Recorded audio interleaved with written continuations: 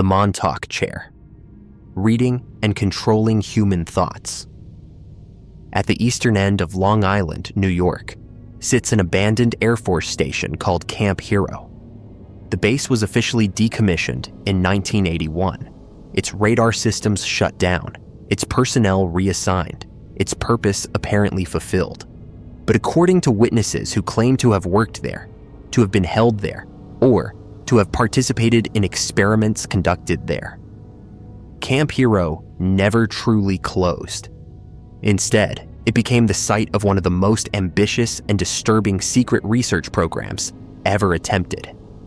A project focused on the manipulation of time, space, consciousness, and human thought itself. At the center of these alleged experiments was a device known as the Montauk Chair, a piece of technology that could supposedly read minds, amplify psychic abilities, and ultimately control what people think, feel, remember, and perceive as reality. The Montauk Project, as the overall program came to be known, allegedly began as an extension of earlier research conducted during World War II and the immediate post-war period. The story connects to the Philadelphia experiment, another controversial, alleged project involving the USS Eldridge, and experiments with electromagnetic fields that supposedly caused the ship to become invisible, teleport, and create catastrophic effects on the crew. Whether or not the Philadelphia experiment occurred as described, the theory holds that the research continued, that scientists became obsessed with understanding and controlling electromagnetic phenomena, particularly as they related to human consciousness and perception. By the 1970s, according to those who have come forward with testimony, the research had moved to Camp Hero and expanded dramatically in scope.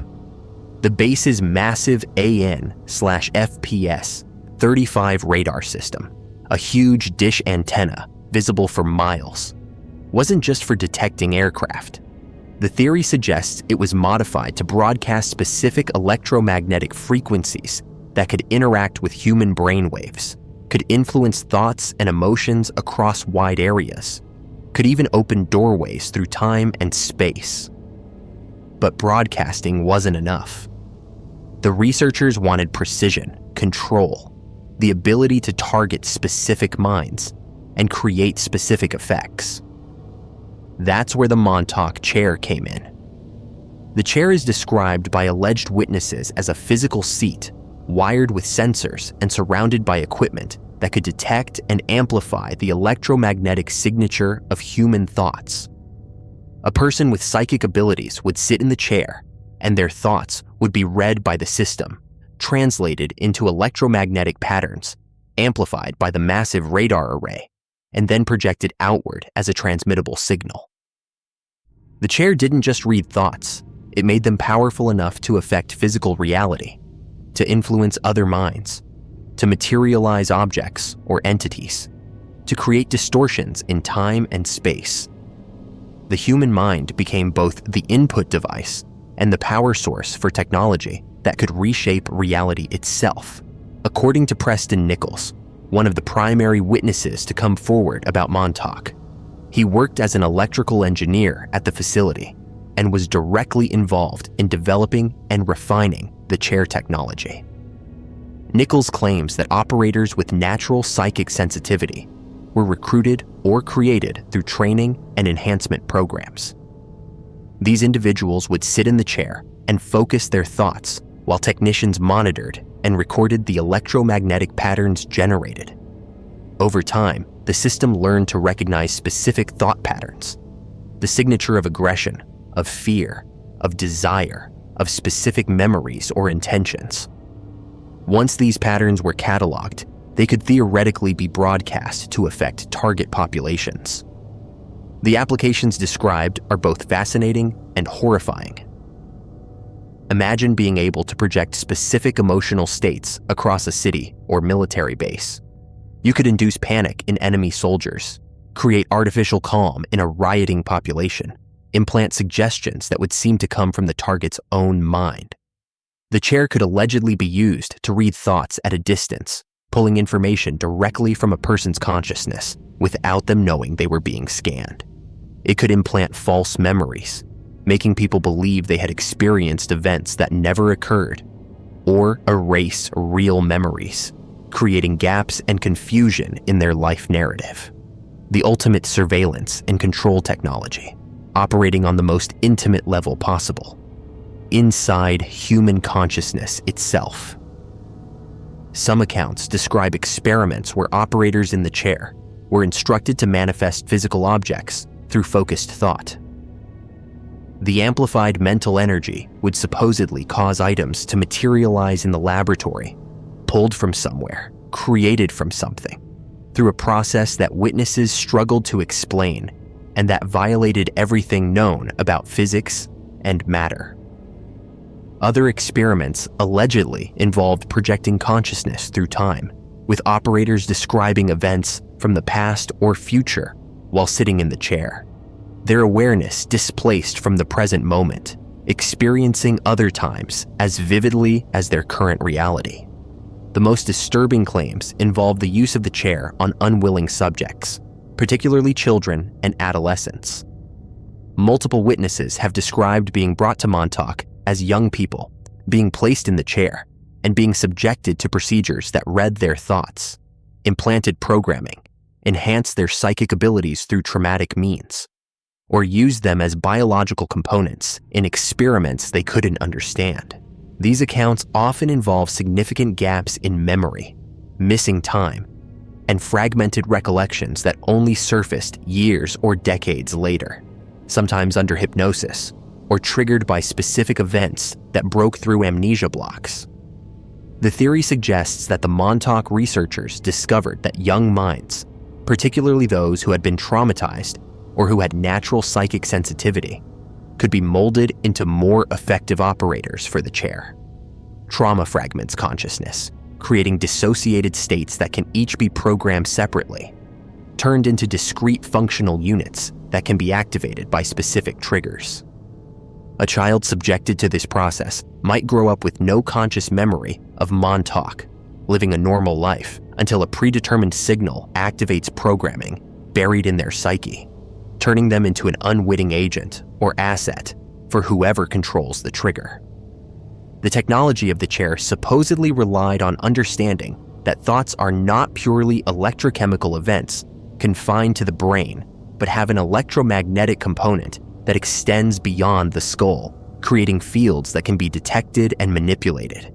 Every thought generates a specific pattern, a unique signature that can be recorded, analyzed, and replicated. If you can capture that signature, amplify it, and broadcast it, you can essentially transmit thoughts like radio signals. The receiving brain, tuned to the same frequency, would experience the transmitted thought as if it originated internally, with no awareness that it came from an external source.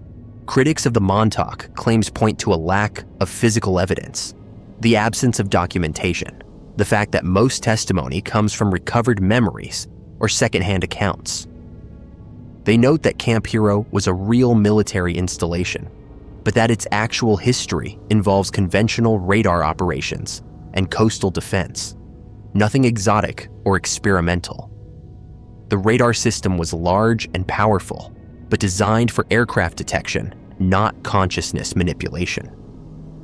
Photographs and videos of the abandoned facility show decaying buildings and equipment, but nothing that obviously relates to the described chair or the alleged experiments. However, believers counter that the entire point of a clandestine program is to leave no evidence, to operate in ways that can be plausibly denied, to ensure that even if witnesses come forward, their claims can't be verified through documentation or physical proof. The nature of mind control and consciousness manipulation means victims wouldn't reliably remember what happened to them. Those involved in conducting the experiments would be bound by security clearances and compartmentalization. Equipment could be removed, facilities cleaned, records destroyed. The lack of conventional evidence doesn't disprove the claims. It's exactly what you'd expect if the program operated the way witnesses describe. The Montauk chair theory connects to broader frameworks about government mind control research that we know occurred. MKUltra is declassified fact, not theory. The CIA absolutely did conduct experiments on unwitting subjects, did explore hypnosis and drugs and psychological torture as means of control, did create programs that damaged or destroyed people's minds in pursuit of techniques that could create programmable assets. If they were willing to dose people with LSD without consent, to attempt to erase and rebuild personalities, to explore every conceivable avenue of consciousness manipulation, is it really unthinkable that they would also explore electromagnetic and psychotronic means of achieving the same goals? The chair represents the culmination of this research, the point where all the different avenues, electromagnetic fields, psychic phenomena, trauma-based programming, technological amplification, come together into an integrated system. If such technology exists, if it was developed and refined, then its implications are staggering. Every thought you have, every memory you possess, every perception of reality you experience could potentially be influenced or entirely constructed by external forces. You would have no way of knowing. The thoughts would feel like yours. The memories would seem real. The reality you perceived would be the only reality you could access. Some researchers have explored whether the technology described in Montauk testimony is even theoretically possible. Electromagnetic fields do interact with the brain. This is established science. Transcranial magnetic stimulation is a real medical technology that uses magnetic fields to alter brain activity, to treat depression, to stimulate or suppress specific regions. If relatively weak, focused magnetic fields can affect mood and cognition, what could massive, amplified, precisely targeted electromagnetic broadcasts accomplish? The difference between established medical technology and alleged Montauk capabilities might be one of degree rather than kind, a question of power and precision rather than fundamental possibility. There are also accounts of the Montauk experiments producing unintended consequences, situations where operators in the chair manifested entities or opened doorways that the researchers couldn't control. Stories circulate of creatures appearing in the facility, of time portals opening spontaneously, of past and future bleeding into the present in ways that endangered the entire project.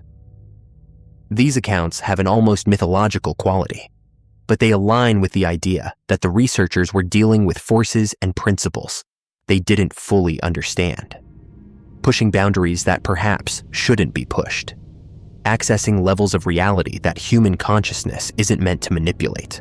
The project allegedly ended in 1983, shut down after experiments went too far, produced results too dangerous to continue.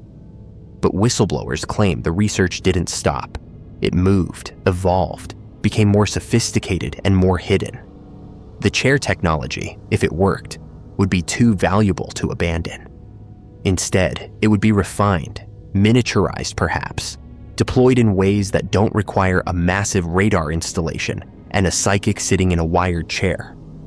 Modern technology offers possibilities that didn't exist in the 1970s and 80s. If thoughts can be read and transmitted electromagnetically, could your smartphone do it? Could cell towers? Could the wireless networks that surround us constantly be serving purposes beyond communication and data transfer? The Montauk chair exists in a space between documented history and speculative theory.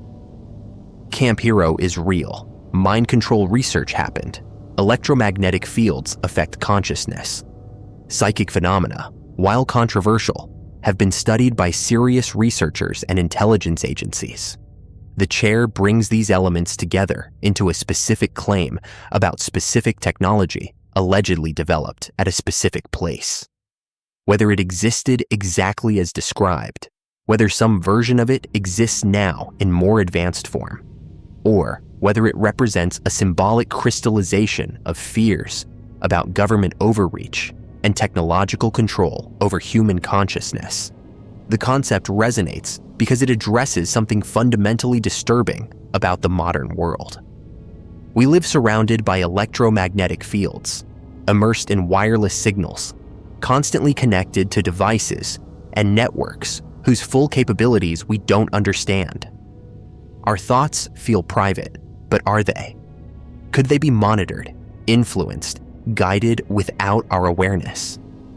The Montauk Chair makes these abstract concerns concrete, gives them a specific form and history, transforms vague unease into detailed allegations about what was done, how it was done, and what it means for anyone who wants to believe their mind is their own. And somewhere in the archives of whatever agencies conducted consciousness research, or in facilities we don't know exist, or in the memories of people who still can't fully recall what was done to them, the truth about the chair and what it could do might rest, classified and buried, waiting for the moment when someone finally produces evidence that can't be denied or explained away. The Ong's Hat incident, interdimensional travel in New Jersey. In the Pine Barrens of New Jersey, in a location called Ong's Hat, a real place name that appears on historical maps, but that refers to nothing more than a small clearing in the dense forest. There allegedly existed in the 1970s and 80s a commune of scientists, mystics, and alternative researchers who weren't just exploring consciousness or experimenting with psychedelics like so many other countercultural groups of that era, but who actually achieved something extraordinary, something that would justify every paranoid fear about suppressed technology and hidden breakthroughs. According to documents that began circulating in the early internet in the 1990s, this group, called the Institute for Chaos Studies and Imaginal Yoga, developed technology combining quantum physics, chaos theory, and ancient consciousness techniques to create what they called the egg, a sensory deprivation chamber enhanced with electromagnetic fields and meditation practices that could shift human consciousness between parallel dimensions, allowing travelers to physically move between alternate realities, to explore versions of Earth where history had unfolded differently, where other choices had been made, where parallel versions of themselves lived parallel lives. The researchers allegedly succeeded in not just perceiving these alternate dimensions, but in actually traveling to them, documenting their journeys, bringing back artifacts and information from realities adjacent to our own. Then in 1984, according to the narrative, government agencies discovered what was happening at Ong's Hat, raided the facility, confiscated the technology, disappeared the researchers, and suppressed all evidence that the experiments had occurred, leaving only fragmentary documents that found their way onto early internet bulletin boards and websites, documents that read like academic papers and first-hand accounts, but that have no verifiable authors, no institutional affiliations that can be confirmed, no physical evidence supporting their extraordinary claims, creating one of the first major alternate reality games, or one of the most thoroughly suppressed scientific breakthroughs in modern history, leaving investigators divided between those who believe Ong's Hat represents genuine interdimensional travel technology that was successfully concealed by authorities, and those who believe it represents sophisticated collaborative fiction, an early internet experiment in transmedia storytelling that was so effective at blurring the boundaries between fact and fiction that decades later, people still can't definitively determine whether any of it was real. The core document is Ong's Hat, Gateway to the Dimensions, allegedly authored by someone named Joseph Metheny, but attributed in the narrative to various researchers associated with the Institute. The text describes in remarkable detail the theoretical foundations of the dimensional travel technology, explaining how quantum mechanics allows for multiple parallel universes, how consciousness interfaces with quantum probability, how specific combinations of meditation techniques and electromagnetic stimulation could enable consciousness to navigate between quantum branches, allowing the subject to physically transition between parallel worlds. The writing has academic veneer, citations to real physics papers, references to chaos theory and consciousness research, technical diagrams and equations that creates impression of serious scientific work rather than obvious fiction. The document describes the egg as a spherical chamber where subjects would enter into deep meditative states while being exposed to carefully calibrated electromagnetic fields.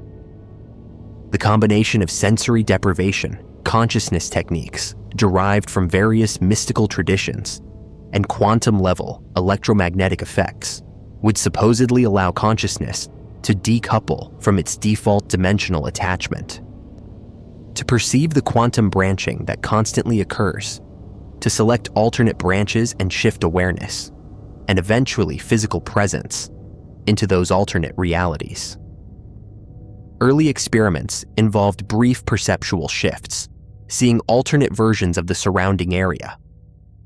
Later experiments achieved full physical translation, with travelers spending hours or days in alternate dimensions before returning. The alternate worlds described in the documents were mostly similar to our own, but with specific differences. One frequently mentioned alternate Earth had less industrialization, cleaner environment, remnants of different historical development. The researchers allegedly established a settlement in this alternate dimension, creating a colony where some members of the Institute relocated permanently, abandoning our timeline for one they found preferable.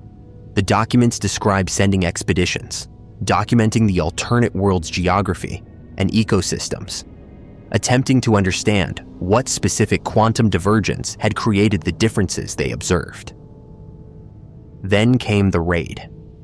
According to the narrative, federal agents descended on Ong's Hat in 1984, seized equipment and documents, detained or disappeared the researchers, and shut down the facility completely.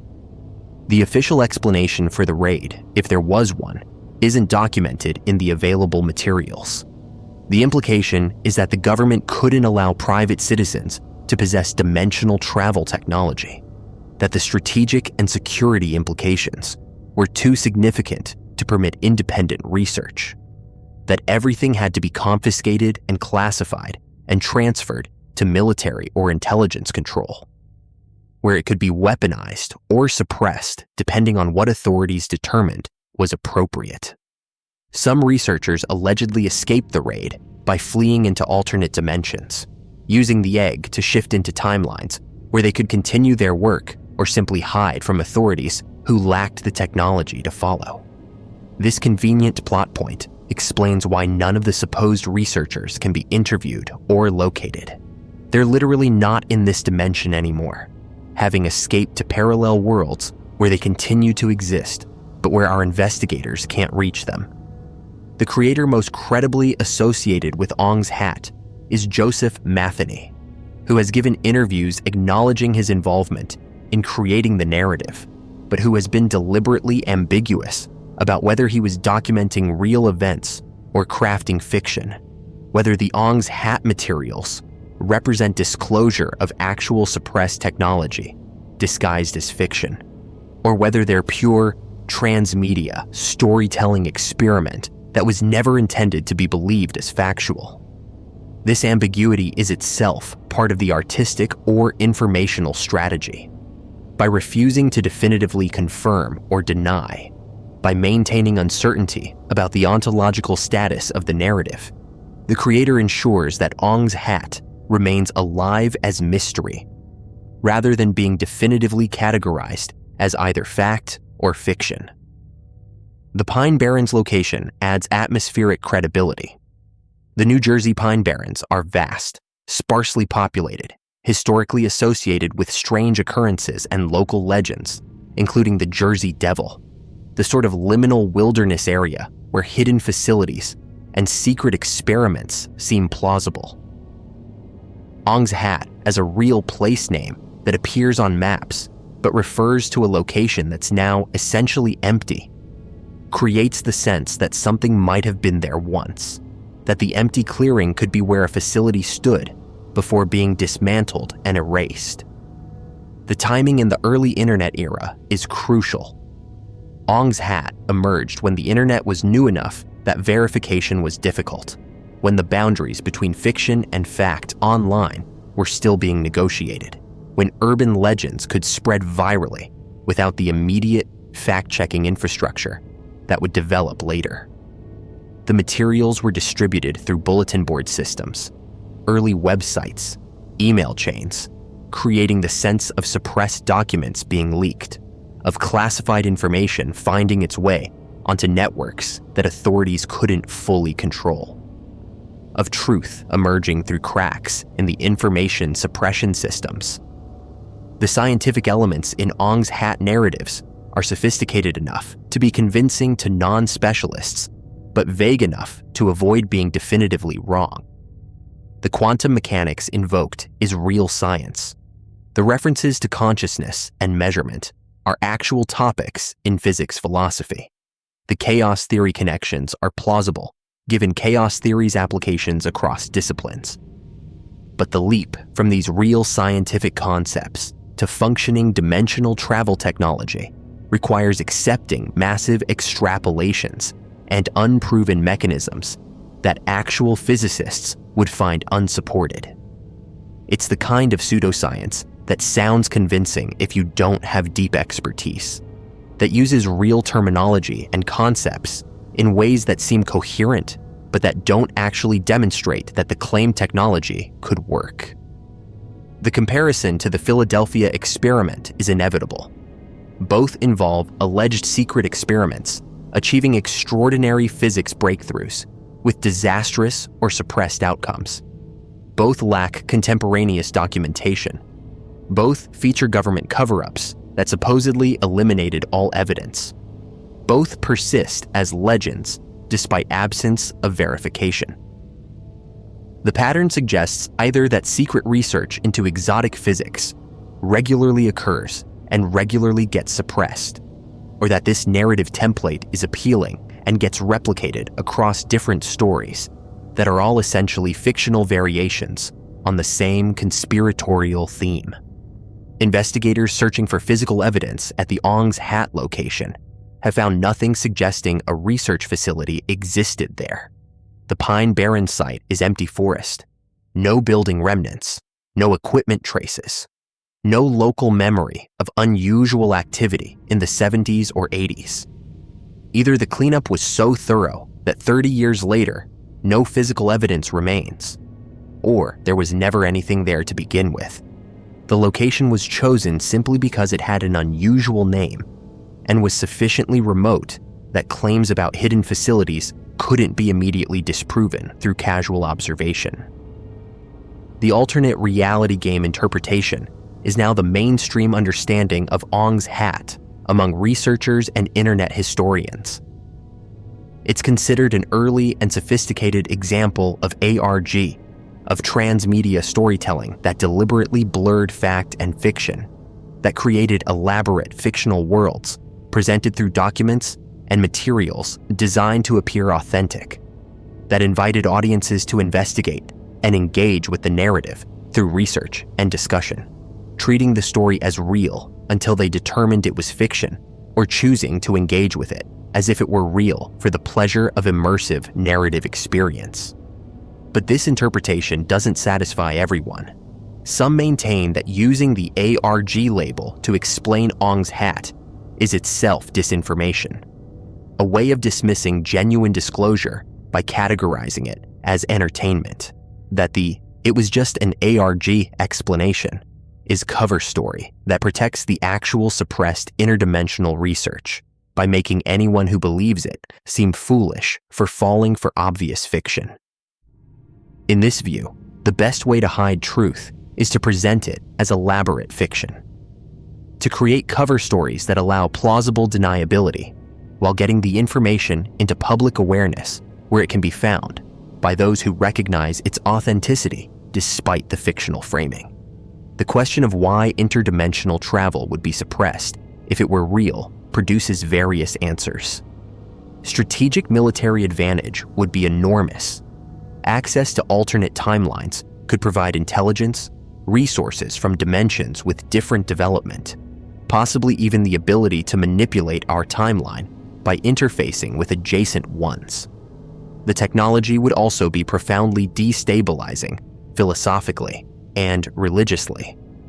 Proof that multiple realities exist would challenge many belief systems, would raise existential questions about identity and choice, would fundamentally alter human understanding of reality itself. Authorities might suppress not just for strategic advantage, but for social stability, deciding that humanity isn't ready for proof of the multiverse.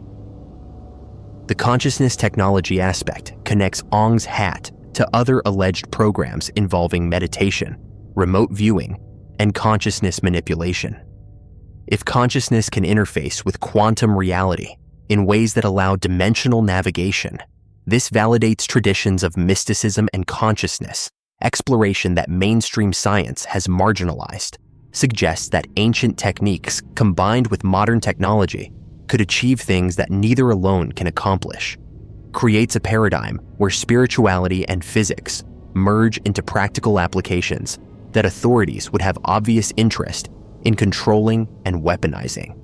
Whether Ong's hat represents real suppressed research, whether it's sophisticated ARG that was successful enough to be still debated decades later, whether it's mixture of both, real research wrapped in fictional elaboration or fiction with kernels of truth embedded. It functions as cultural artifact that expresses anxieties and fascinations about hidden technology, about government suppression of breakthroughs that would change society, about the possibility that reality is more fluid and accessible than we're officially told, about secret history occurring in liminal spaces, like the Pine Barrens, where official oversight is minimal, and where alternative communities can experiment with ideas and technologies that mainstream institutions won't touch. The documents persist online, downloadable and analyzable, inviting each new generation of internet users to encounter them and decide whether they're reading suppressed truth or creative fiction, whether Ong's hat was real institute that achieved dimensional travel before being shut down by authorities who couldn't allow such technology to remain in civilian hands, or whether its story, elaborate and compelling, that achieved its creator's goals of blurring boundaries between fact and fiction, of creating mystery that resists definitive resolution, of making people question what's possible and what's hidden, of suggesting that maybe in the Pine Barrens in the 1970s and 80s, something extraordinary happened, something involving consciousness and physics and dimensions, something that was suppressed so thoroughly that only these fragmentary documents remain, or something that never happened at all, except as narrative experiment that succeeded beyond its creator's expectations, that became real in the sense that legends become real, not as historical events, but as cultural artifacts that shape how we think about possibility, about suppression, about the boundaries of reality, about whether interdimensional travel was achieved at Ong's hat, or whether interdimensional travel remains impossible. And Ong's hat is just story, just fiction, just elaborate hoax or ARG that we're still discussing decades later because it captured something essential about what we want to believe is possible, about what we fear might be hidden from us, about the liminal spaces in American landscape where secret history might have occurred beyond official awareness, where researchers might have opened doorways to parallel worlds, where the egg might have functioned exactly as described before. Government agents dismantled it and disappeared everyone who knew how it worked, leaving us only with documents of uncertain provenance describing technology that sounds almost plausible, describing discoveries that would change everything if they were real, describing Ong's hat as gateway to dimensions that we can't access anymore, that researchers fled into to escape the raid, that remain tantalizingly close but absolutely unreachable, existing in probability space adjacent to our own, just beyond the quantum barrier that the Institute for Chaos Studies supposedly learned to cross, that they documented in papers we can read but can't verify, that they achieved in New Jersey before vanishing into alternate timelines, or into fiction, or into legend that persists because we want it to be true. Because interdimensional travel is more exciting than the empty clearing that's all that remains at Ong's Hat. Now, just forest and the ghost of a name, and the persistent question of whether anything was ever really there. Whether the egg existed, whether consciousness can bridge dimensions, whether authorities suppressed it, or whether someone simply told a very good story that decades later we still can't quite let go of, still can't definitively dismiss, still wonder about in moments when the line between possible and impossible seems thinner than we normally acknowledge. When Ong's Hat emerges from history or fiction, or the space between them, as a reminder that some mysteries resist resolution, some stories refuse to be categorized cleanly as true or false. Some narratives achieve reality through persistence and belief, even if they never achieved reality through historical occurrence, leaving Ong's Hat suspended forever in uncertainty, in liminality, in the space between dimensions, or between fact and fiction, gateway to parallel worlds, or gateway to understanding how stories function in internet age, how legends develop and spread and persist, how the most compelling mysteries are often the ones that can never be definitively solved because the evidence doesn't exist, or was suppressed, or was never real to begin with. Leaving us only with the story, with the legend, with Ong's Hat, and its interdimensional egg that opened doorways to parallel worlds, or that never existed anywhere except in documents that found their way onto early internet, documents that might be suppressed truth or might be creative fiction, that might document the most significant breakthrough in human history, or might document nothing except human capacity for creating compelling narratives about breakthroughs that never happened, leaving Ong's Hat as permanent mystery, permanent gateway, permanent question mark in the New Jersey Pine Barrens, where something might have been, or where nothing ever was, where reality might have been breached, or where fiction successfully impersonated reality, where we'll never know for certain what actually occurred because the evidence we'd need to determine truth was either destroyed by authorities or was never created in the first place, leaving Ong's Hat hovering in eternal uncertainty, exactly where the best mysteries belong. The phantom cosmonauts, lost Soviet astronauts, erased from history. In the race to conquer space during the Cold War, when national prestige and ideological superiority were measured in orbital achievements and cosmic firsts, the Soviet Union maintained an information apparatus so tightly controlled that failures could be concealed, disasters could be suppressed, and people could be erased from history as if they had never existed. According to persistent claims that have circulated since the early 1960s, the cosmonauts we know about, Yuri Gagarin, Valentina Tereshkova, Alexei Leonov, were not the first humans the Soviets sent into space, but merely the first to return alive, or the first whose mission succeeded well enough to be publicly acknowledged. Before them, the theory holds, there were others, phantom cosmonauts whose names were recorded in training logs and whose faces appeared in group photographs, who were prepared for missions and launched into the void aboard Vostok capsules or earlier experimental craft, but who died in space or during re-entry or in launch disasters that were too embarrassing to acknowledge, whose bodies were never recovered or were buried in unmarked graves, whose families were told to remain silent, whose records were destroyed or altered, whose very existence was systematically erased from Soviet documentation so thoroughly that decades later, researchers can find only gaps and anomalies where these men and women should be.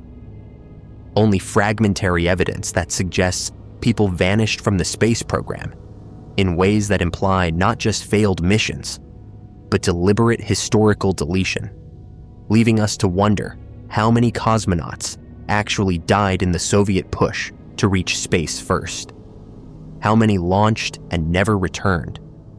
How many are still up there in orbit, or drifted off into the solar system, or burned up on re-entry? Their final moments unrecorded, their sacrifices unacknowledged, their names erased because the Soviet state could not admit failure, could not reveal that the glorious space program had casualties, could not let the world know that in the race to the stars, they had lost people in ways that were preventable or shameful, or that would reveal weaknesses in their technology or their safety protocols, making the phantom cosmonauts either tragic casualties of authoritarian secrecy or elaborate Western propaganda, Cold War mythology designed to cast doubt on Soviet achievements by suggesting that Gagarin wasn't really first because others went before him and died, that every Soviet space triumph was built on undisclosed corpses, that the official history is fiction and the real history was burned or buried, or is still classified in archives that may never be opened, leaving the phantom cosmonauts hovering between documented fact and persistent legend, between probable truth and possible fabrication, between real people who died in space and propaganda. Ghosts that never existed depending on which evidence you accept and which government you trust, and whether you believe that nations competing for supremacy would sacrifice lives in secret and then erase those lives from history to maintain the illusion of perfection in their cosmic achievements. The evidence for phantom cosmonauts comes from multiple sources of varying credibility. The most compelling involves documentation of cosmonauts who appeared in training programs and official photographs, but who later vanished from records without explanation. Soviet group photos from the early space program show individuals who aren't accounted for in later official rosters. People whose faces appear alongside Gagarin, and others in training photos from 1959 or 1960, but who don't appear in any subsequent documentation, who aren't listed as having washed out of the program or transferred to other assignments, who simply stop existing in the historical record as if they were never there despite photographic evidence that they were. Western analysts during the Cold War noticed these disappearances and compiled lists of missing cosmonauts, people who had been publicly associated with the space program, but who vanished without trace. Some were later explained. They had died in non-space related accidents, had been expelled for political reasons, had failed medical examinations. But others had no explanation, no official account of what happened to them, leaving researchers to speculate that they had died in missions that were never acknowledged, that their deaths were covered up because the circumstances were too embarrassing, or because admitting casualties would damage the program's reputation and national prestige. The Giudica Cordiglia brothers, two Italian amateur radio operators, claimed to have intercepted Soviet space communications during the early 1960s that suggested failed missions and cosmonauts in distress. Their recordings allegedly captured conversations between ground control and orbiting cosmonauts who were experiencing system failures, who were off course and unable to return, who were suffocating or burning or drifting away from Earth. The brothers released these recordings publicly, claiming they proved the Soviets were losing cosmonauts and covering up the deaths. The authenticity of the recordings has been disputed. Audio experts have questioned whether they're genuine intercepts or fabrications, whether the Russian spoken in them is authentic or poorly scripted by non-native speakers, whether the technical details match actual Soviet space procedures, or reflect misunderstandings of how the program operated. One of the most famous alleged phantom cosmonauts is Vladimir Ilyushin, son of the renowned Soviet aircraft designer. Rumors circulated in the early 60s that Ilyushin had flown in space before Gagarin in April 1961, but that the mission had gone badly. that he'd landed off course in China and been injured, that the Soviets had concealed this failed mission and then sent Gagarin up in a second attempt that succeeded, allowing them to claim first place in putting a human in orbit while suppressing the earlier failed attempt. Ilyushin was a real person, was involved in test flying, and did have a serious accident around that time. But the evidence that he flew a secret space mission consists of rumors and circumstantial timing rather than documentation. The Soviets denied it completely, and Ilyushin himself denied it in later interviews, though skeptics note that he would be required to deny it regardless of whether it was true, making his denial less meaningful than it would be in a society with press freedom. Other named candidates for Phantom Cosmonaut status include Alexei Ledovsky, Serenty Shiburin, and Andrei Mitkov, names that appear on Western lists of people who allegedly died in secret Soviet space attempts. The evidence for their space-related deaths is fragmentary and contested. Some appear to be real people who died in aviation or other accidents that weren't space-related. Some might be fabrications or misidentifications. Some might be real cosmonauts who died in ways the Soviets concealed. Without access to complete Soviet archives, determining which is which remains extremely difficult. The Nedelin catastrophe in October 1960 is documented fact that demonstrates the Soviets were willing to conceal massive disasters. During preparations for a missile launch, an explosion killed at least 92 people, including Marshal Mitrofan Nedelin. The Soviets suppressed this disaster completely for decades, eventually acknowledging it only after the Soviet Union collapsed. If they could conceal a disaster that killed nearly 100 people, including high-ranking officials, concealing individual cosmonaut deaths would be comparatively easy. The Nedelin catastrophe proves that the Soviet state had both the capability and the willingness to suppress space program casualties, validating the plausibility of phantom cosmonaut claims, even if specific cases remain unproven. The Valentin Bondarenko case provides another documented example of suppressed space program death.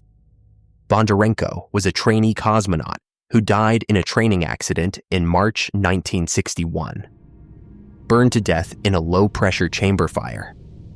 The Soviets concealed his death until 1986, leaving him off official cosmonaut rosters for decades, despite him having been a genuine member of the program who died in space-related training. His case demonstrates that the Soviets did erase cosmonauts who died in embarrassing circumstances, that they did maintain false historical records that omitted inconvenient casualties, that the practice of creating phantom cosmonauts through suppression and erasure was documented policy rather than mere speculation. The question is how extensive this practice was. Was Bondarenko an isolated case, or did the Soviets systematically suppress all space program deaths prior to Glasnost? Did cosmonauts die in orbit and have their missions erased from history? Are their bodies still in space, or scattered across Soviet territory from failed missions that were never acknowledged?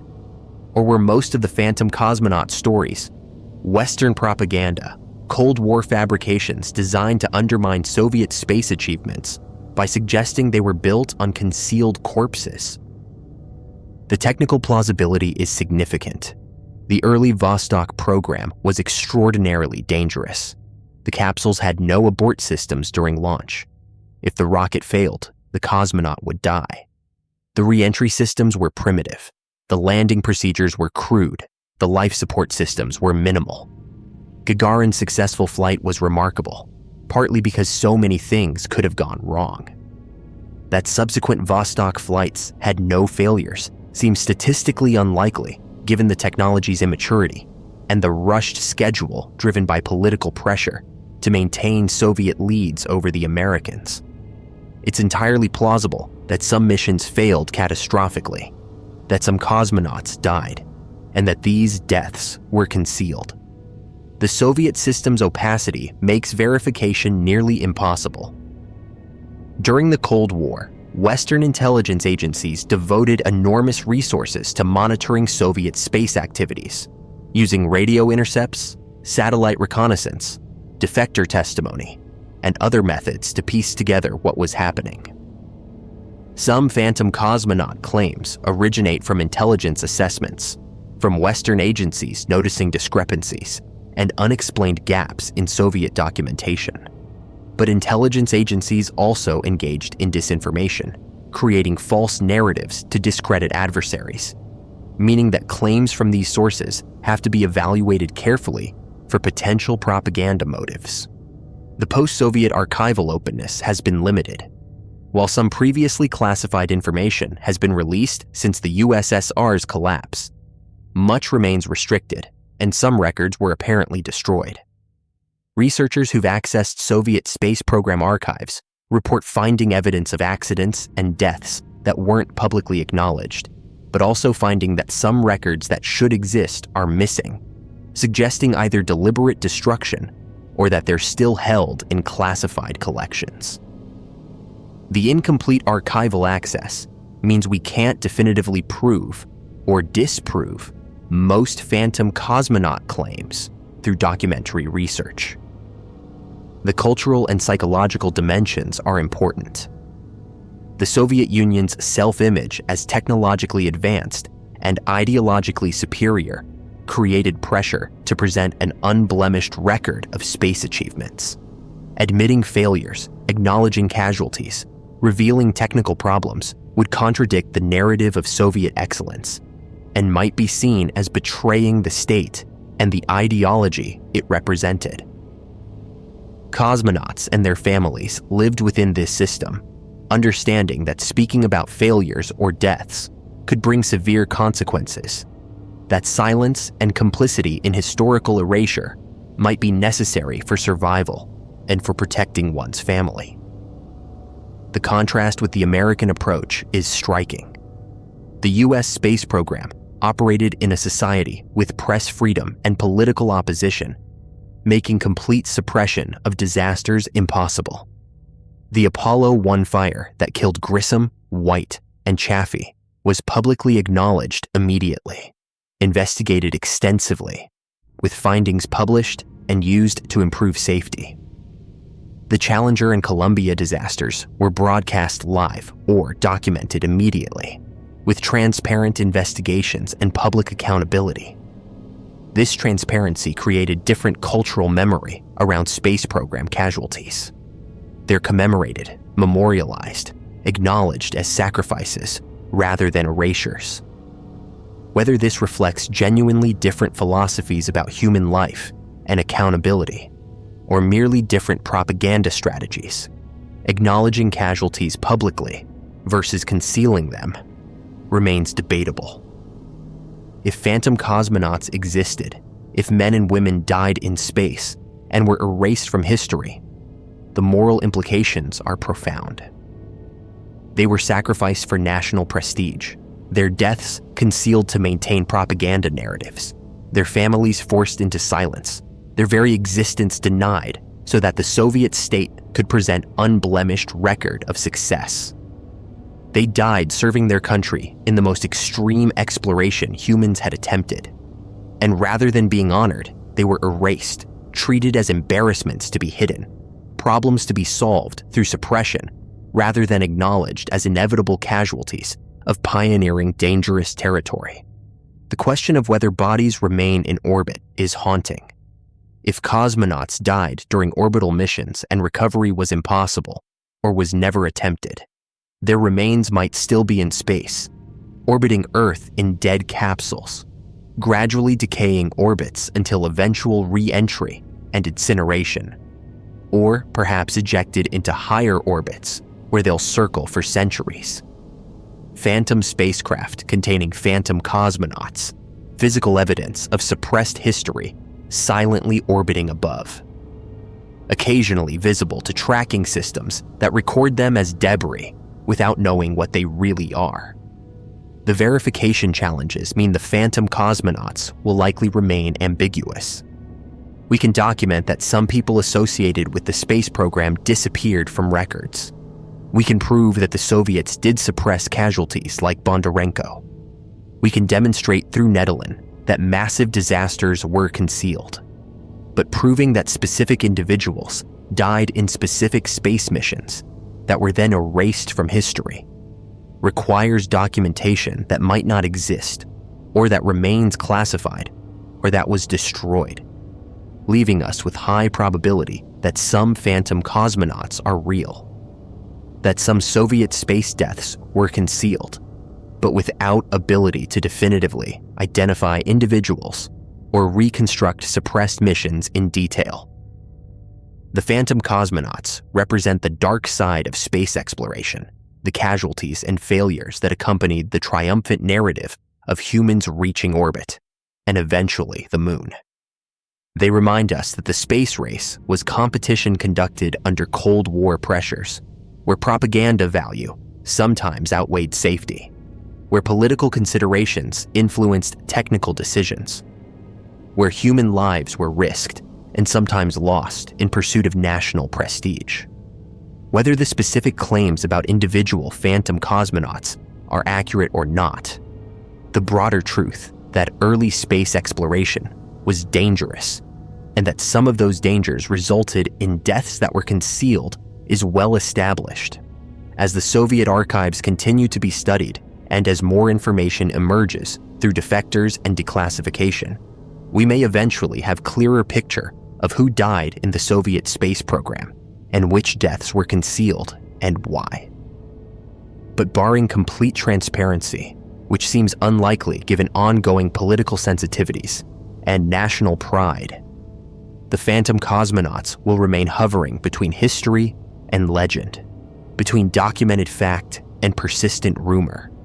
Real people who died and were erased, and people who never existed except in Western propaganda designed to tarnish Soviet achievements, leaving us with questions that may never be fully answered, with names on lists that might be casualties or might be fabrications, with photographic evidence of people who vanished from records in ways that suggest erasure, but that might have innocent explanations, with a certainty that some concealment occurred, but uncertainty about its extent, with knowledge that the Soviets did suppress space program deaths, but ambiguity about how many and which ones, leaving the phantom cosmonauts in permanent liminal status, neither fully proven nor fully disproven, neither definitely real nor definitely fictional, existing in that uncertain space where Cold War secrecy meets contemporary historical investigation, where authoritarian information control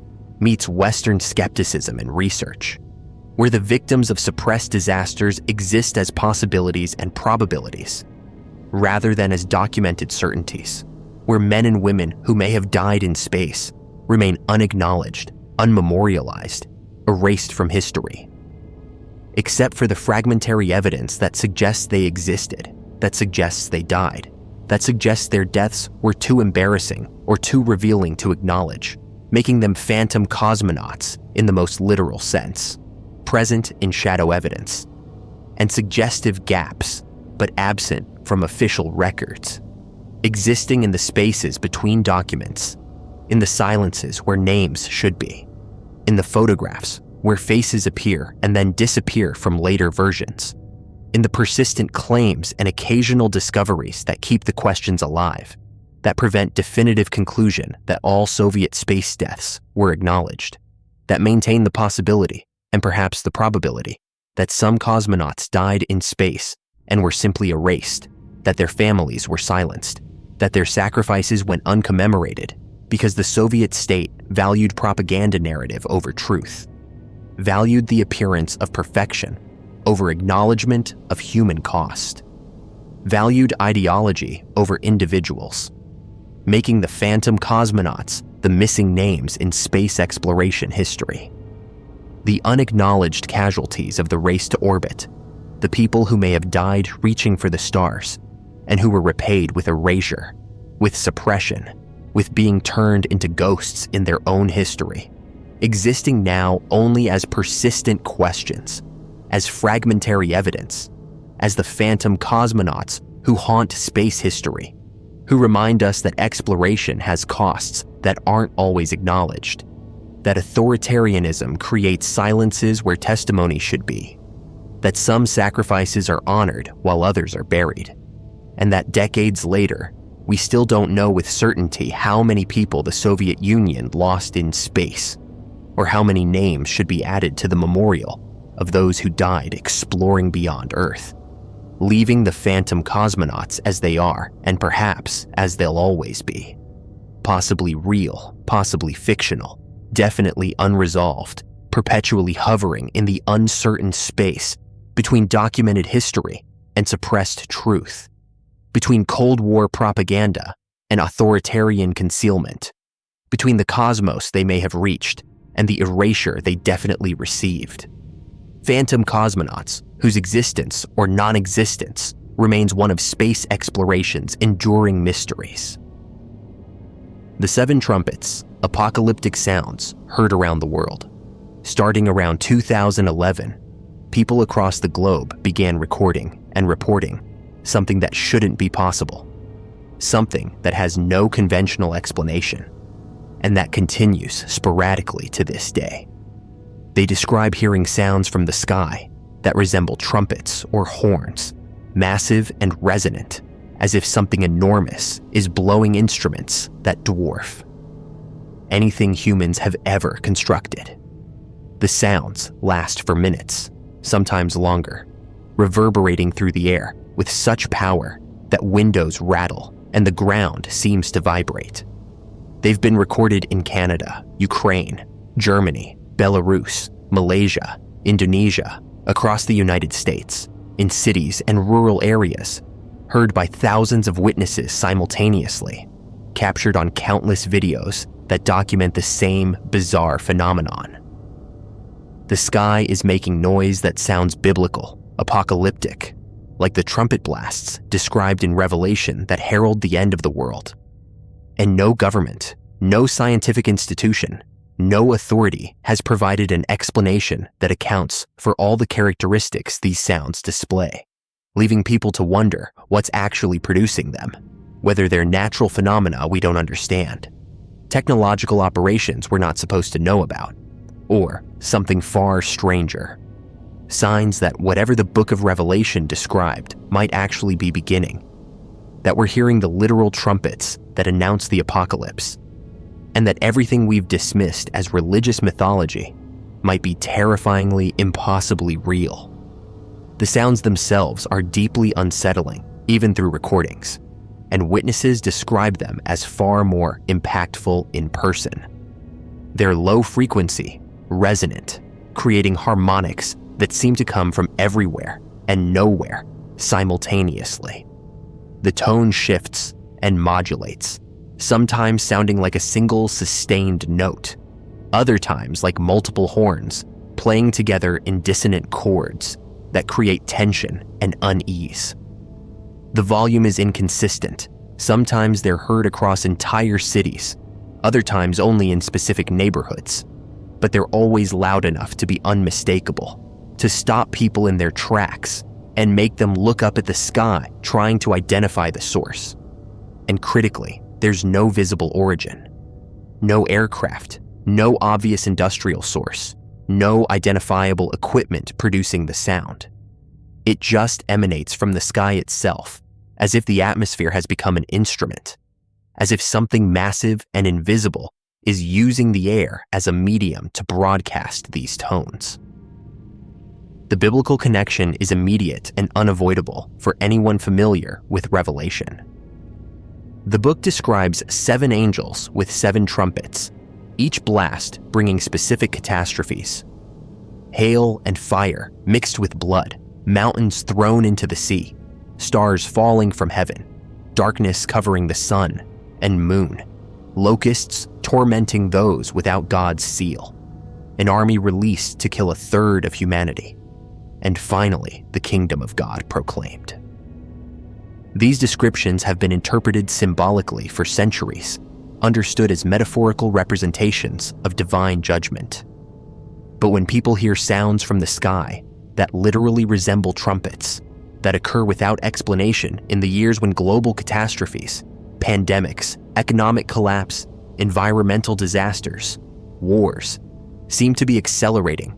The symbolic interpretation becomes harder to maintain. What if Revelation wasn't metaphor?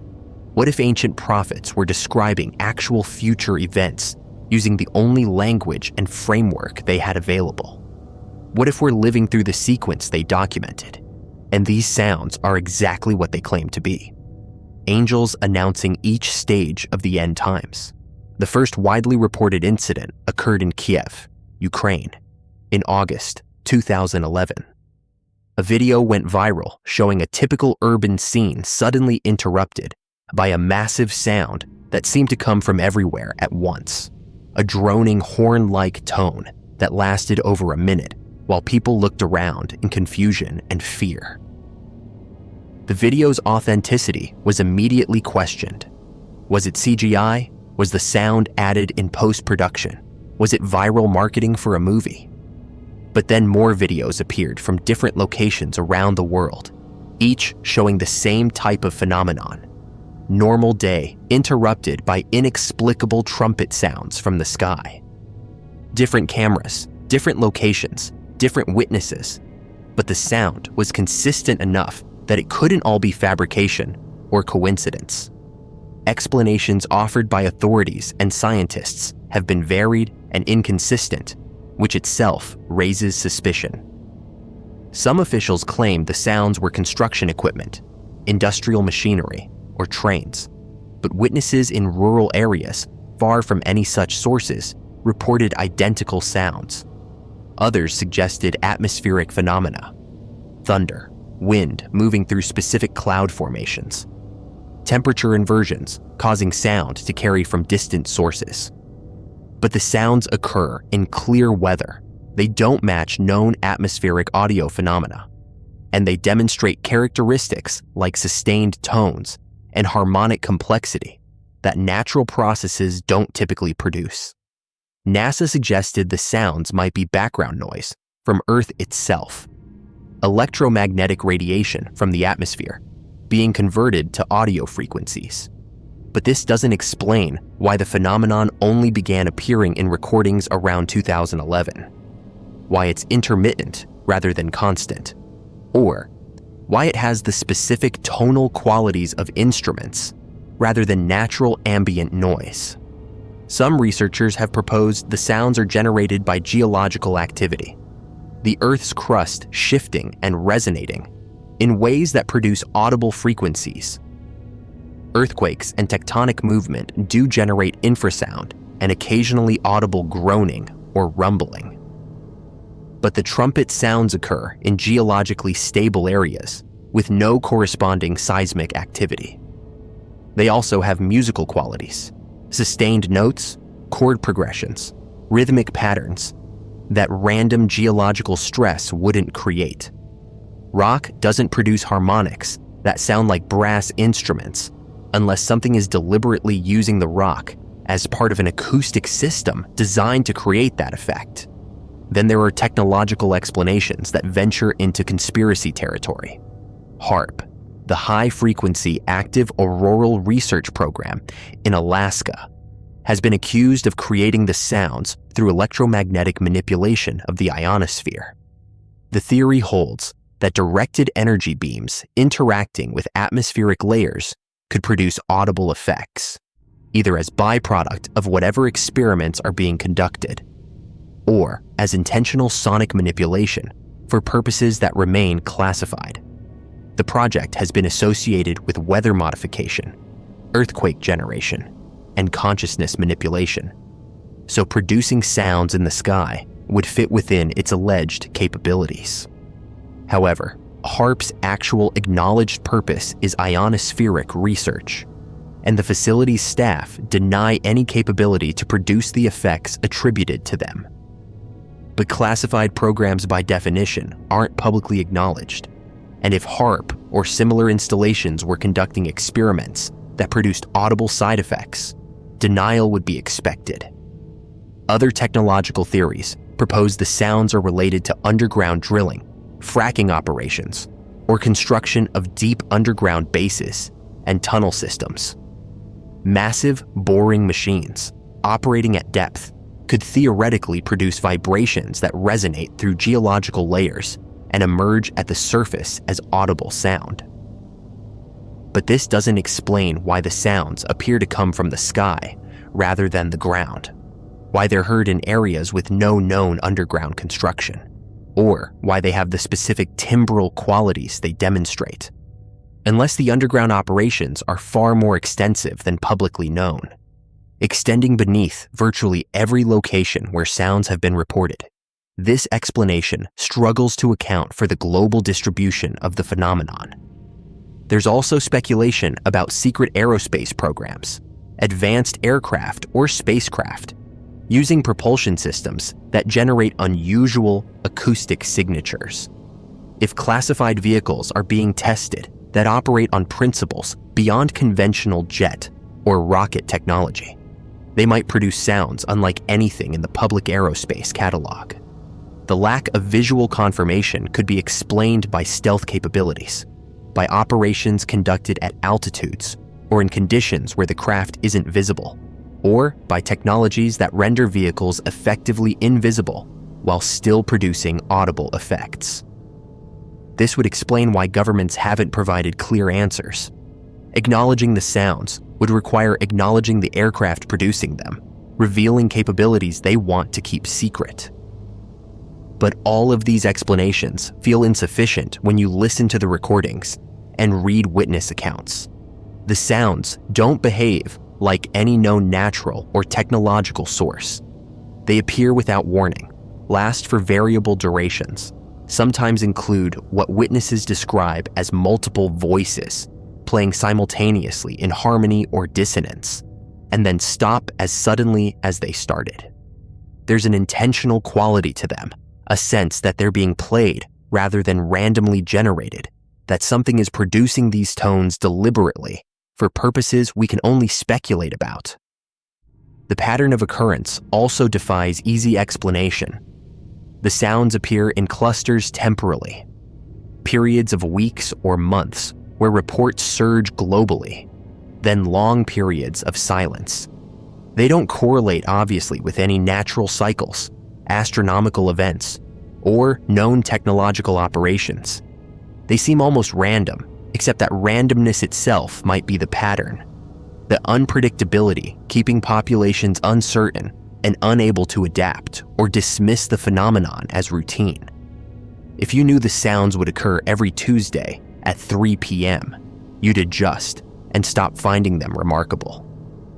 But when they can happen anytime, anywhere, they maintain their power to disturb and frighten, to remind people that something is occurring that we don't control and don't understand. Witness reactions are remarkably consistent across cultures and locations.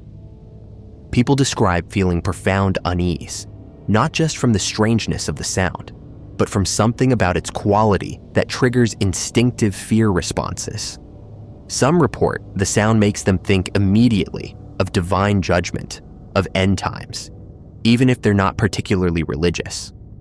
Others describe feeling that they're hearing something they're not supposed to hear, that the sounds are meant for something other than human ears, and we're just accidentally picking them up. Many report that the sounds affect them physically: pressure in the chest, difficulty breathing, nausea, disorientation, suggesting frequencies or volumes that interact with human physiology in ways that go beyond simple auditory perception. Children seem particularly affected, becoming frightened or distressed when the sounds occur, sometimes claiming they can hear elements in the sounds that adults don't perceive. Animals also react strangely: dogs barking frantically, birds falling silent, livestock becoming agitated. This suggests the sounds might contain frequency components outside normal human hearing range that animals and children, whose hearing extends to different ranges, can detect. What we're consciously hearing might be only part of what's actually being broadcast, with infrasound or ultrasound components carrying additional information or producing effects we're not consciously aware of. The religious interpretation remains powerful despite efforts to find scientific explanations. For believers in biblical prophecy, the sounds are exactly what Revelation describes, literal trumpets being blown in heaven that we're hearing on earth, announcements of each stage of apocalyptic sequence. The fact that they began appearing around 2011, a period when many eschatological timelines predicted increased activity leading toward end times, adds weight to this interpretation. The sounds could be warnings, announcements that the prophesied events are beginning, calls for humanity to repent or prepare for what's coming. In this framework, the lack of scientific explanation isn't a mystery to be solved, but expected. Divine phenomena wouldn't be explainable through human science, wouldn't reduce to natural or technological causes because they're supernatural by nature. There are also theories that blend scientific and spiritual frameworks, suggesting the sounds represent dimensional bleeding or reality shifts. If the barrier between our dimension and others is weakening, if multiple realities are beginning to overlap, then we might be hearing sounds from adjacent dimensions, the acoustic environment of spaces that exist parallel to ours becoming briefly audible when conditions align. The trumpet-like quality could be actual instruments being played in those dimensions, or it could be how our brains interpret frequencies that don't translate cleanly into our acoustic reality. The closest match our auditory processing can find for sounds that don't properly exist in our dimensional framework. Skeptics correctly point out that the phenomenon could be entirely fabricated. Viral hoaxes spreading through social media, people adding sounds to videos, or misidentifying mundane sources as mysterious trumpets. Some videos have been proven fake, using audio from movies or synthetic effects. But this doesn't account for the videos that include multiple witnesses reacting in real time, for the recordings made by different people in the same location, capturing the same sounds from different angles, or for the witnesses who've reported the sounds to local authorities and media before any videos appeared online. Hoaxes exist, but dismissing all reports as fabrication requires believing in coordinated global deception involving thousands of participants with no apparent motive or organization. The silence from official sources is perhaps most telling. When pressed, authorities offer vague explanations that don't withstand scrutiny, or they simply decline to comment, treating the phenomenon as not worthy of serious investigation. For something that's been reported globally for over a decade, that's been captured on thousands of recordings, that's witnessed by credible observers, including police, military personnel, and scientists. The lack of comprehensive investigation is strange. Either authorities genuinely don't know what's causing the sounds and don't want to admit their ignorance, or they know exactly what's causing them and have decided the truth can't be made public. That revealing the source would create more problems than maintaining the mystery. What we're left with is a phenomenon that continues, that appears randomly across the world, that sounds like biblical trumpets announcing apocalypse, that has no agreed-upon explanation despite occurring in an age of sophisticated monitoring technology and scientific understanding. Whether these are natural processes we haven't identified, technological operations we're not supposed to know about, psychological warfare being conducted on global populations, dimensional anomalies becoming audible as reality structures shift, or actual divine heralds announcing stages of prophesied end times, the sounds persist and the mystery deepens. And every time a new recording appears, every time someone reports hearing the trumpets in their city, in their neighborhood, in the sky above their home, people remember the biblical descriptions. Remember that the end times were supposed to be announced exactly this way, with trumpets from heaven that everyone would hear, with signs so obvious that no one could claim they weren't warned. And they wonder if perhaps the ancient prophets knew exactly what they were talking about, if the sounds we're dismissing as atmospheric phenomena or hoaxes are actually the literal fulfillment of apocalyptic prophecy. The 7 angels with 7 trumpets beginning their sequence, Each blast bringing us closer to whatever ending or transformation has been written in the cosmic schedule since before humanity began keeping time, announced now in tones that resonate through the atmosphere like instruments played by something vast enough to use the sky itself as concert hall, broadcasting to everyone regardless of belief or readiness. The message that whatever was prophesied is beginning, that the trumpets are sounding, and that time, as we've known it, is running toward its conclusion, announced in notes that echo across the world, like warnings we're refusing to fully hear. The Mandela effect. Are we shifting between parallel realities? Thousands of people remember Nelson Mandela dying in prison in the 1980s. They remember the news coverage, the funeral, the global mourning for the anti-apartheid leader who never made it out of captivity to become South Africa's president. They remember it vividly, with specific details about where they were when they heard the news, how they felt, what the television reports showed. Except Nelson Mandela didn't die in prison. He was released in 1990, became president in 1994, and died in 2013 at age 95. The memories are completely, objectively wrong. But they're not isolated cases of poor recall. They're shared by enough people that the phenomenon has a name, coined by paranormal researcher Fiona Broome, who discovered at a conference that she wasn't alone in her false memory, that others remembered the same incorrect version of history. This is the Mandela effect, and it extends far beyond one man's death to encompass hundreds of specific, detailed memories that large groups of people share, despite those memories contradicting documented reality. The explanations range from simple psychology, memory is fallible, and people confuse similar events, to something far more disturbing. We're not remembering incorrectly, we're remembering accurately, but we're remembering a different timeline, a parallel reality we used to inhabit, before something shifted us into this one where details are slightly different, where the past has been subtly rewritten, where we're living in a world that doesn't quite match the one we were born into. The examples are numerous and unsettlingly specific. The children's book series is Berenstain Bears with an A, but massive numbers of people remember it as Berenstein with an E, can picture the cover with that spelling, have visceral certainty they read Berenstein, even though every physical copy that exists says Berenstain. The evil queen in Snow White doesn't say mirror, mirror on the wall, she says magic mirror on the wall. But the phrase everyone remembers is mirror, mirror, and they'll swear they heard it in the Disney film, even though watching the actual film proves they're wrong.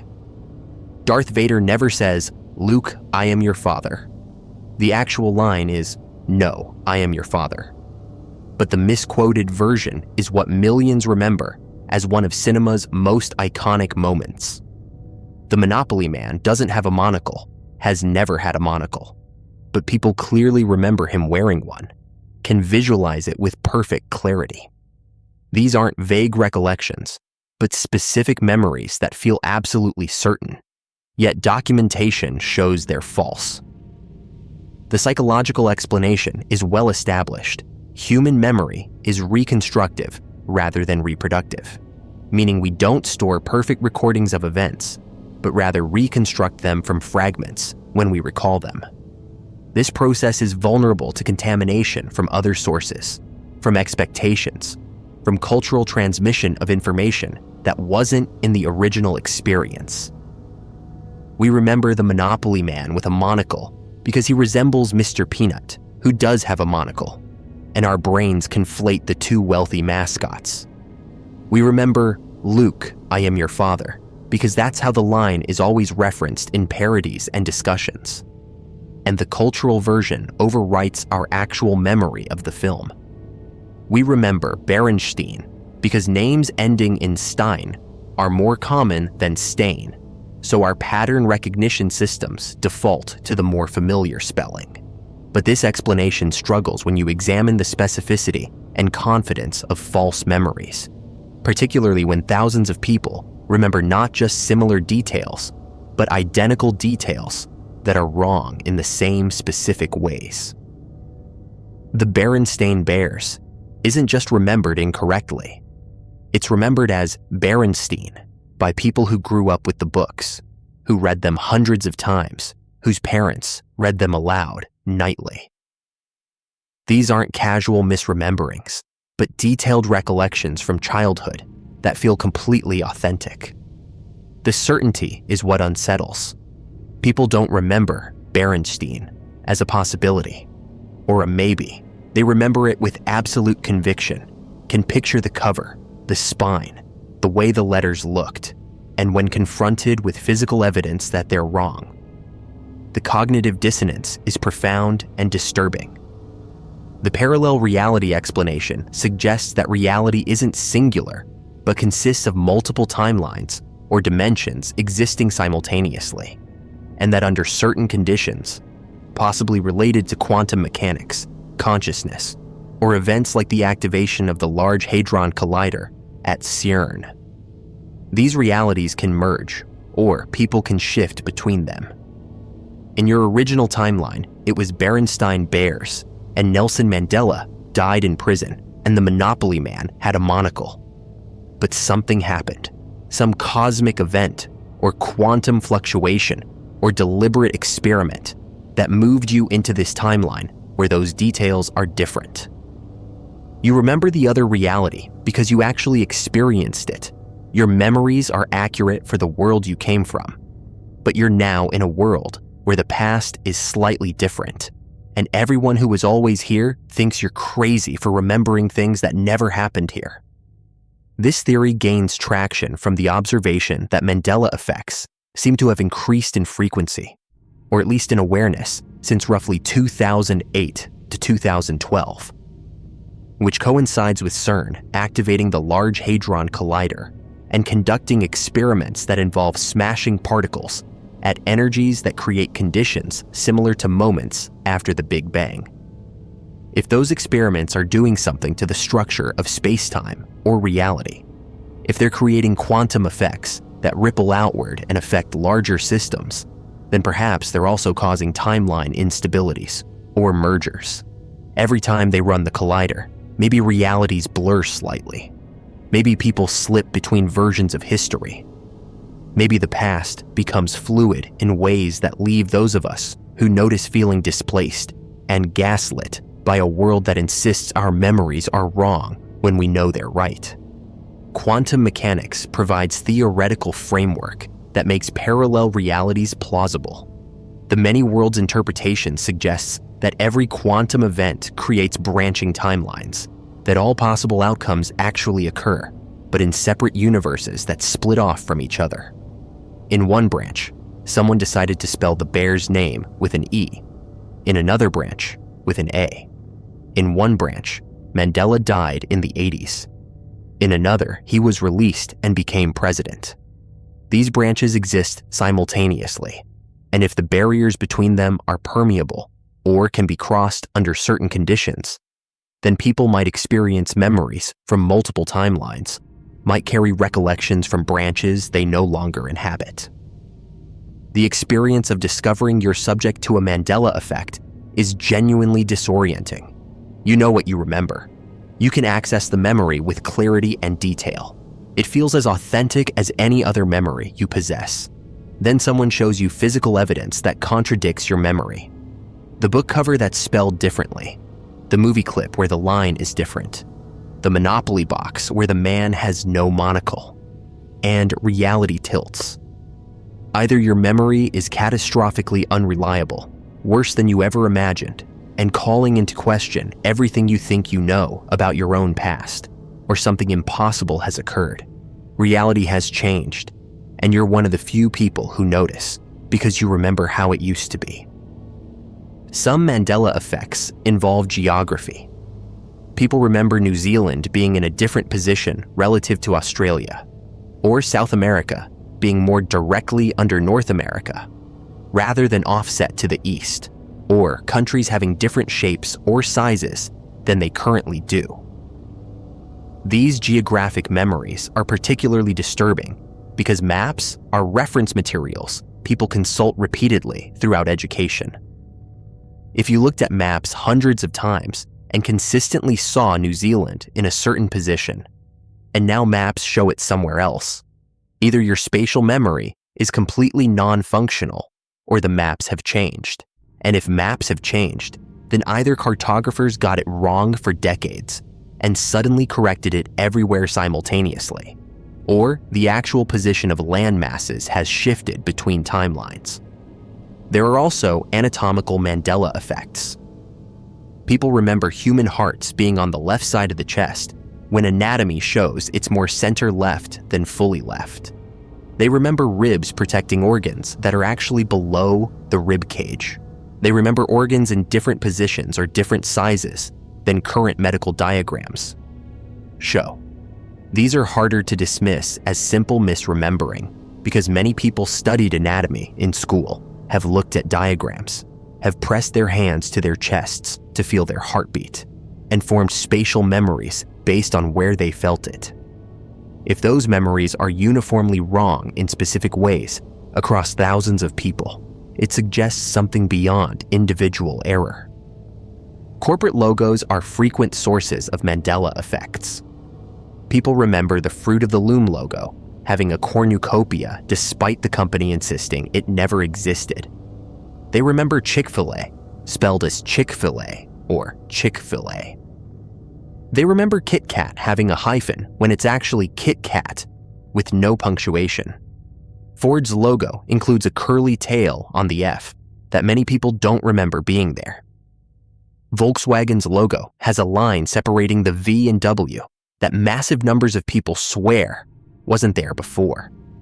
These aren't obscure brands, but companies whose logos people have seen thousands of times, and yet collective memory differs from current physical reality. Film and television quotes are especially prone to Mandela effects. "Hello, Clarice" is never said in Silence of the Lambs. The actual greeting is "Good morning."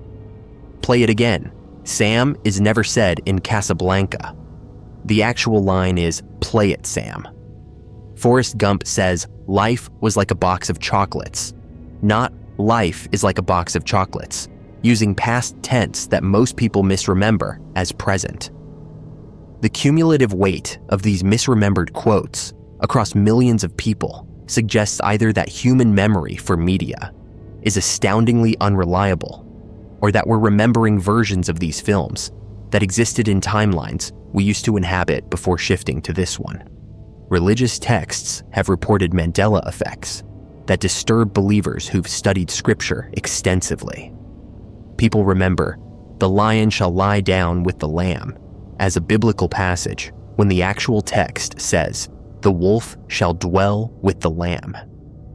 They remember specific verses being worded differently, positioned in different books, or not existing at all despite clear memories of reading and discussing them. For individuals who've dedicated their lives to scriptural study, discovering that passages they memorized are different from what appears in current Bibles creates profound theological and psychological crisis. The question of why some people experience Mandela effects while others don't adds another layer of mystery. If reality actually shifted, why do only some people remember the previous version? Possible explanations include consciousness differences. Perhaps certain individuals are more sensitive to dimensional shifts, more aware when changes occur, less likely to have their memories automatically overwritten when timelines merge. Or perhaps everyone experiences the shift, but most people's brains automatically update to match the new reality, while a minority retain memories from the previous timeline due to neurological or consciousness differences that make them resistant to the update. There's also the possibility that Mandela effects are deliberate, that someone or something is intentionally editing reality, and these residual memories in a subset of the population are evidence of the editing process. Why would reality be edited? To change historical outcomes, to eliminate or create specific events, to test whether humans notice when their past is altered, or to fine-tune conditions toward a desired future. If you had technology or capability to modify timeline, you'd probably start with small changes. Brand spellings, minor geographic details, trivial quotes from films, to test whether the changes hold and whether anyone notices. The Mandela effects we're aware of might be the test runs, minor alterations that don't significantly impact history, but do reveal whether the editing process is detectable. Some researchers connect Mandela effects to CERN specifically, noting that the collider's location near Geneva, Switzerland, places it in proximity to where many Mandela effects seem to be noticed first or most strongly. CERN's logo includes what conspiracy theorists interpret as 666, and the statue of Shiva, the Hindu god of destruction, at their facility has been cited as evidence they're intentionally opening portals or destroying and recreating reality. CERN scientists dismiss this as absurd misunderstanding of particle physics. But the timing correlation between LHC activations and increased reports of Mandela effects continues to fuel speculation about connection. The psychological toll of experiencing Mandela effects is significant.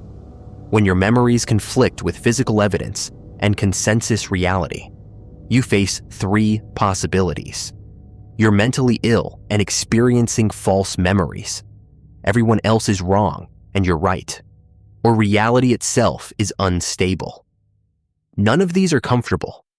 Many people experiencing Mandela effects report feeling gaslit by the universe, questioning their sanity, becoming obsessed with documenting other potential changes, living in constant uncertainty about whether reality will shift again and what will be different next time.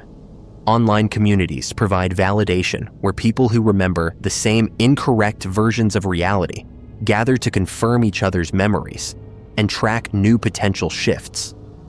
But this can also deepen the obsession and isolation from consensus reality. Skeptics point out that many Mandela effects can be explained through straightforward cognitive psychology. Memory is imperfect. People confuse similar things. Cultural transmission distorts information. Expectations shape recall. The fact that people make similar mistakes doesn't require parallel realities, just similar cognitive processes making similar errors under similar conditions. The spelling Berenstein looks more natural than Berenstain to English speakers, so we misremember it toward the familiar pattern. Mirror mirror sounds more poetic and repetitive than magic mirror, so we remember the better phrase rather than the actual phrase. These are features of how memory works, not evidence of dimensional shifts. But for those experiencing Mandela effects, these explanations feel insufficient. The memories are too vivid, too detailed, too specific. They're not vague impressions, but clear recollections with sensory detail, emotional content, contextual information. You don't just vaguely think it was Berenstein. You can see the book cover on your childhood shelf, remember your parents' voice saying the name, recall your young mind sounding out the letters.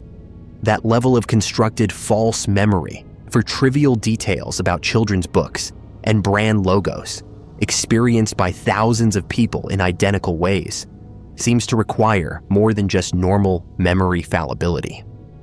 There's also the meta question. If memory is as unreliable as the skeptical explanation requires, if we routinely fabricate detailed false memories for no apparent reason and with such consistency that thousands of us remember identical false details, then what else that we remember might be false?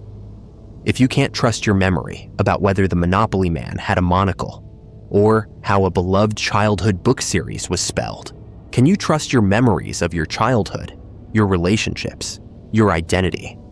The Mandela effect, if it's purely psychological, reveals that human memory is far more fictional than we'd like to believe. If it's reality shifting, it reveals that the universe is far less stable than we assume. Either way, The implications for certainty and identity are disturbing. What makes the phenomenon particularly fascinating and frustrating is that it's unfalsifiable. There's no test that can distinguish between everyone is misremembering and reality shifted, but most people's memories updated to match the new timeline. If reality editing were perfect, we wouldn't notice at all. The fact that we notice through Mandela effects might be evidence that the editing is imperfect, that some people slip through the update process with memories intact from the previous version. Or it might be evidence that human memory is unreliable in surprisingly consistent ways. We have no method to determine which explanation is correct because both predict exactly the same observational evidence. Perhaps the most unsettling aspect is the feeling that accompanies discovering you're subject to a Mandela effect.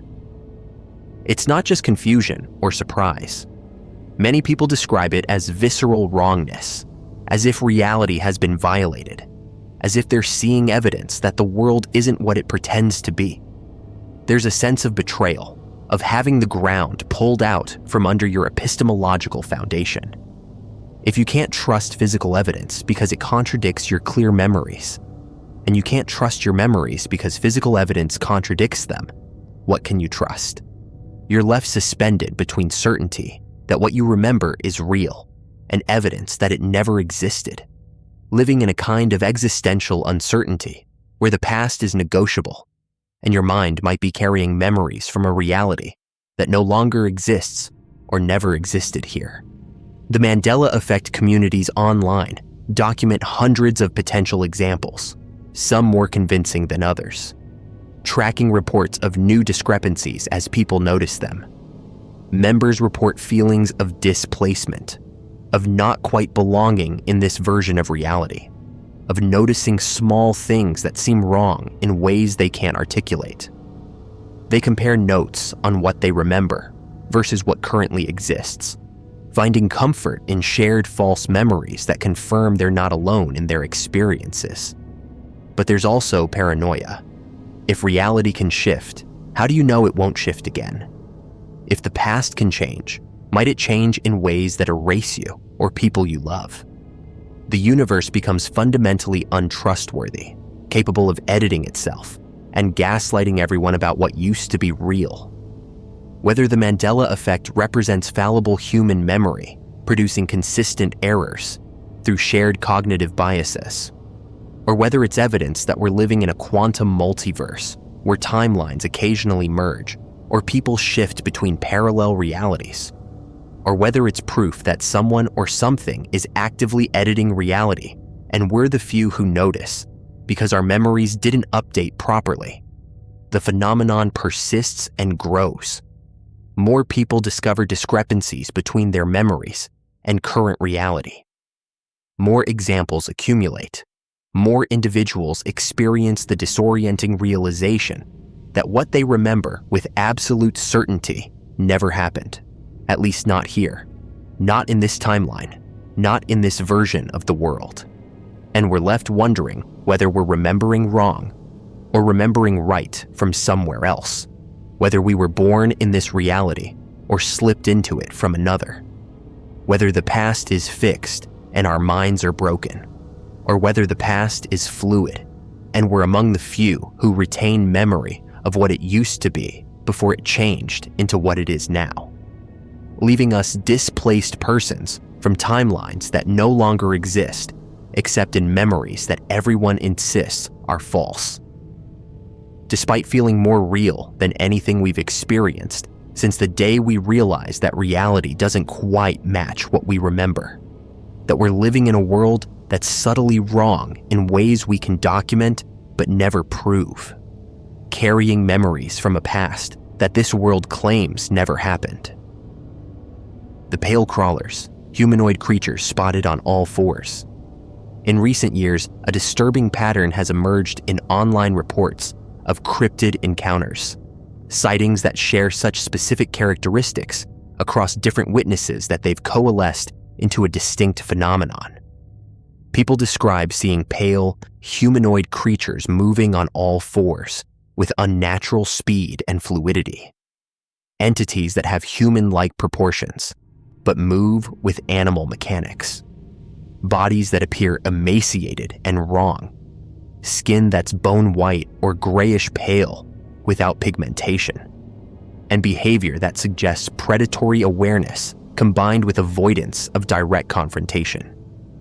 They're seen at night typically, on roads or in yards, or at the edges of forests, caught briefly in headlights, or seen from windows before they scuttle out of sight, with movements that witnesses describe as deeply disturbing, as wrong in ways that trigger visceral fear responses, as if something that was human once has been corrupted, or as if something not human at all has adopted a roughly humanoid form, but can't quite get the mechanics right, can't move the way humans or animals move, exists in an uncanny valley between familiar categories that makes every instinct scream that you're looking at something dangerous, something that shouldn't exist, something that's aware of you watching and that's choosing whether to retreat or to approach, watching you as intently as you're watching it from positions where it shouldn't be, doing things bodies shouldn't be able to do, being something that has no place in any taxonomy we've constructed for categorizing living things. The name Pale Crawler emerged from online communities attempting to categorize and discuss these sightings, distinguishing them from other cryptids through the specific combination of humanoid structure, quadrupedal movement, and extreme pallor that defines the reports. Before the internet allowed pattern recognition across dispersed sightings, these encounters might have been categorized variously as rake sightings, Wendigo encounters, alien experiences, or simply dismissed as misidentified animals or hoaxes.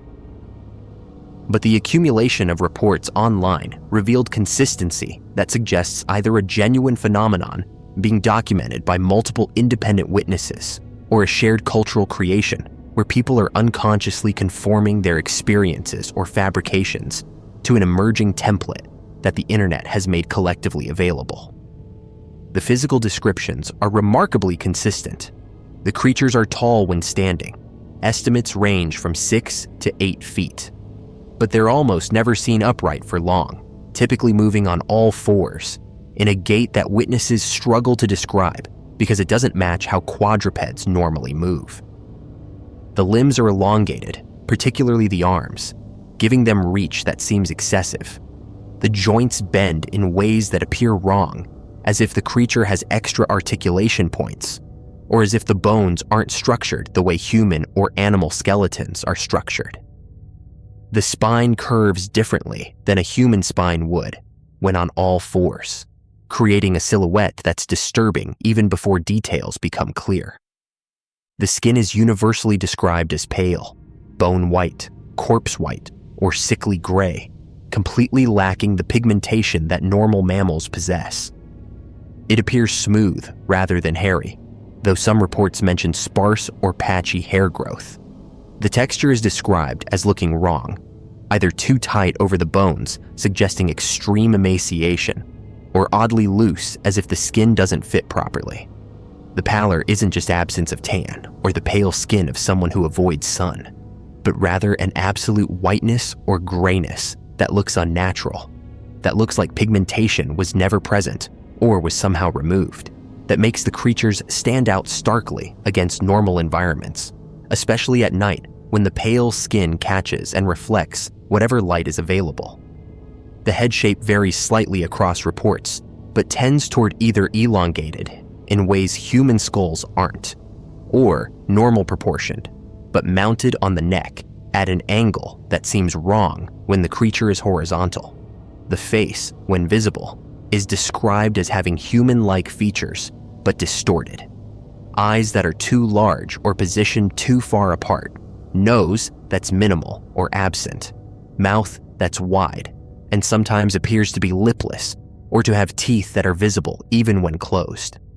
Some witnesses describe the face as almost featureless at a distance, lacking the shadows and definition that facial features should create. Others report expressions or movements of the face that suggest intelligence and awareness rather than animal blankness. The eyes receive particular attention in reports because of their unsettling quality. They're described as large, dark, reflective, in ways that suggest tapetum lucidum, like nocturnal animals possess, or sometimes as completely black without visible whites. The gaze is intense when the creature looks at witnesses, creating the sense of being assessed by something intelligent, something that's making decisions about whether the human it's observing represents threat or prey or something else. Unlike animals that typically break eye contact or that show fear responses when discovered, pale crawlers are described as maintaining their gaze, staring back at witnesses with attention that feels calculated and unnerving. The movement is what most disturbs witnesses beyond the mere appearance of the creatures. They move fast, faster than humans can sprint, crossing distances in seconds that should take longer, accelerating in ways that don't match biological capabilities of known animals. The gait is described as scuttling, crawling, or skittering, terms that convey the wrongness of the motion, the way it doesn't fit either human or animal movement patterns, but rather suggests something else, something that's moving its limbs according to different principles or different joint structures. They can climb. Reports include them scaling walls, moving along ceiling edges, ascending trees with spider-like facility, suggesting grip strength and body mechanics that exceed normal mammalian capabilities. The behavior patterns show intelligence and wariness. Pale crawlers are almost never aggressive in the accounts. Instead, they flee when discovered, moving quickly away from witnesses rather than approaching. This could suggest they're predators that prefer ambush and avoid confrontation with aware prey, or that they're simply not interested in humans and retreat when their presence is detected. But there are accounts where the creature doesn't flee, where it remains in position watching the witness, where the encounter becomes a standoff until something, the witness retreating, additional people arriving, daylight approaching, breaks the stalemate, and the creature finally disengages. Some reports describe vocalizations, clicking sounds, hissing, or noises that witnesses struggle to categorize, sounds that don't match any familiar animal repertoire. Others report complete silence, creatures that move without sound despite their speed and the surfaces they're traversing, suggesting either evolved stealth capabilities or, more disturbingly, that they're not entirely physical, that they're manifesting in ways that don't create the normal acoustic signatures that moving bodies should produce. The locations vary, but share certain characteristics. Pale crawlers are reported in both rural and suburban settings, rarely in dense urban environments, but not exclusively in wilderness. They appear in yards, on rural roads, at the edges of wooded areas, in parks, and areas where human habitation meets less developed land. The frequency of sightings seems to have increased in recent years, though this could reflect better reporting through internet platforms rather than actual increase in the phenomenon. They're seen globally. Reports come from North America, Europe, Australia, and elsewhere, though the density of sightings is highest in regions with active online cryptid communities that provide platforms for reporting. The time of encounters is almost universally nighttime, typically late night or pre-dawn hours when human activity is minimal. This nocturnal pattern could indicate the creatures are naturally night active, or that they're simply more visible against dark backgrounds due to their pale coloration, or that nighttime encounters are more likely to be reported and remembered because the fear response is stronger when visibility is limited and flight options are constrained. The question of what pale crawlers actually are produces the expected range of theories. Skeptics propose misidentification, people seeing known animals in poor light and interpreting them through cryptid frameworks, primed by internet exposure to the pale crawler concept. Deer, dogs, bears, coyotes can all look strange in certain lighting and angles, and human pattern recognition combined with fear can transform familiar animals into something that seems alien and threatening. The internet then provides the pale crawler label for these misidentifications, creating consistency through shared terminology rather than through genuine encounters with the same unknown entity. The hoax theory is inevitable, given that some cryptid reports are intentionally fabricated, but it struggles with the volume and distribution of pale crawler accounts. Unless there's a coordinated hoax network spanning multiple continents, most reports would have to be independent fabrications that coincidentally match the same template. Possible, but requiring either remarkable coincidence or widespread knowledge of the pale crawler concept before the fabrication occurs, which would make it less hoax and more collaborative fiction that people are pretending is real. The biological cryptid interpretation proposes that pale crawlers are undiscovered species, possibly severely mutated or diseased individuals of known species, or relict populations of hominids that have developed unusual characteristics through isolation. Albinism or other pigmentation disorders could explain the pallor. Diseases like mange could explain the skin appearance, and neurological or skeletal abnormalities could explain the unusual gait. But this requires these afflictions to appear consistently across different animals in different locations, producing similar appearance and behavior, which seems unlikely unless there's an environmental factor causing the same mutations globally. And it doesn't explain the reported speed and agility, which would be reduced rather than enhanced in diseased or malnourished animals.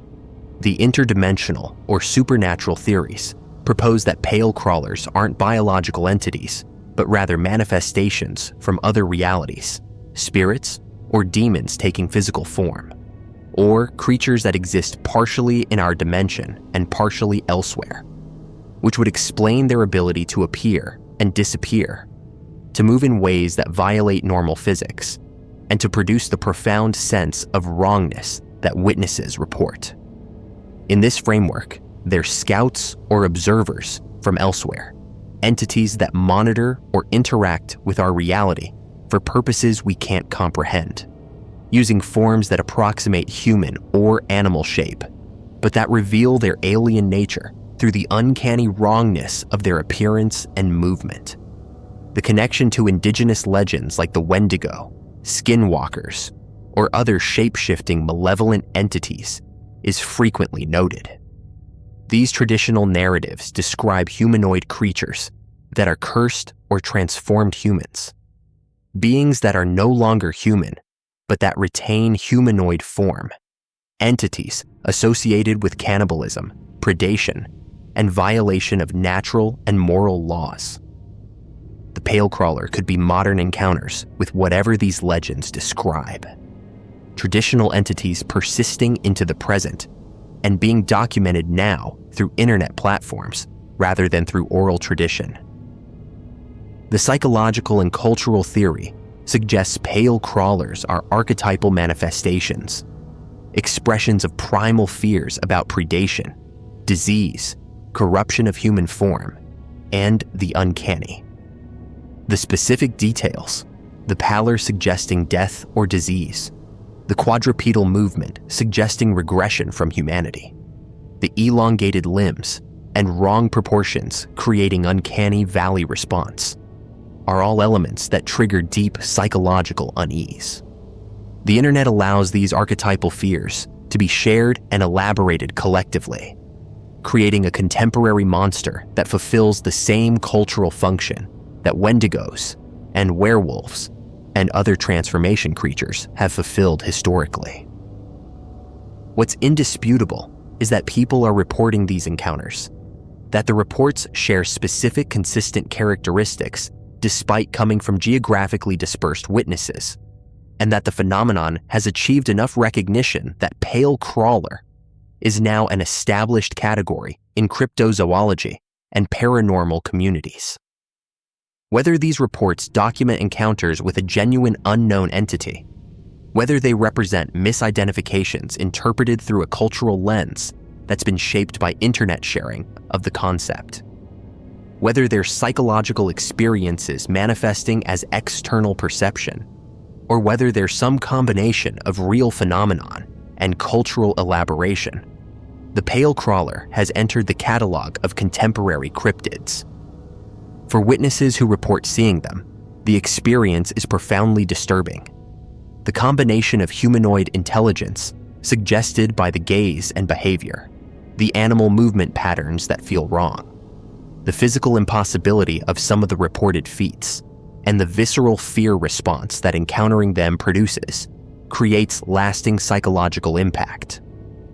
Witnesses describe persistent unease, reluctance to be outside at night, recurring thoughts about the encounter, and often ridicule or disbelief when they share their experience with others who haven't had similar encounters, creating isolation around an experience that was significant and frightening, but that can't be validated or explained satisfactorily. The pale crawler phenomenon demonstrates how cryptozoology functions in the internet age. Reports accumulate and cross-reference rapidly. Patterns emerge quickly, and entities become codified and named, even when physical evidence remains absent.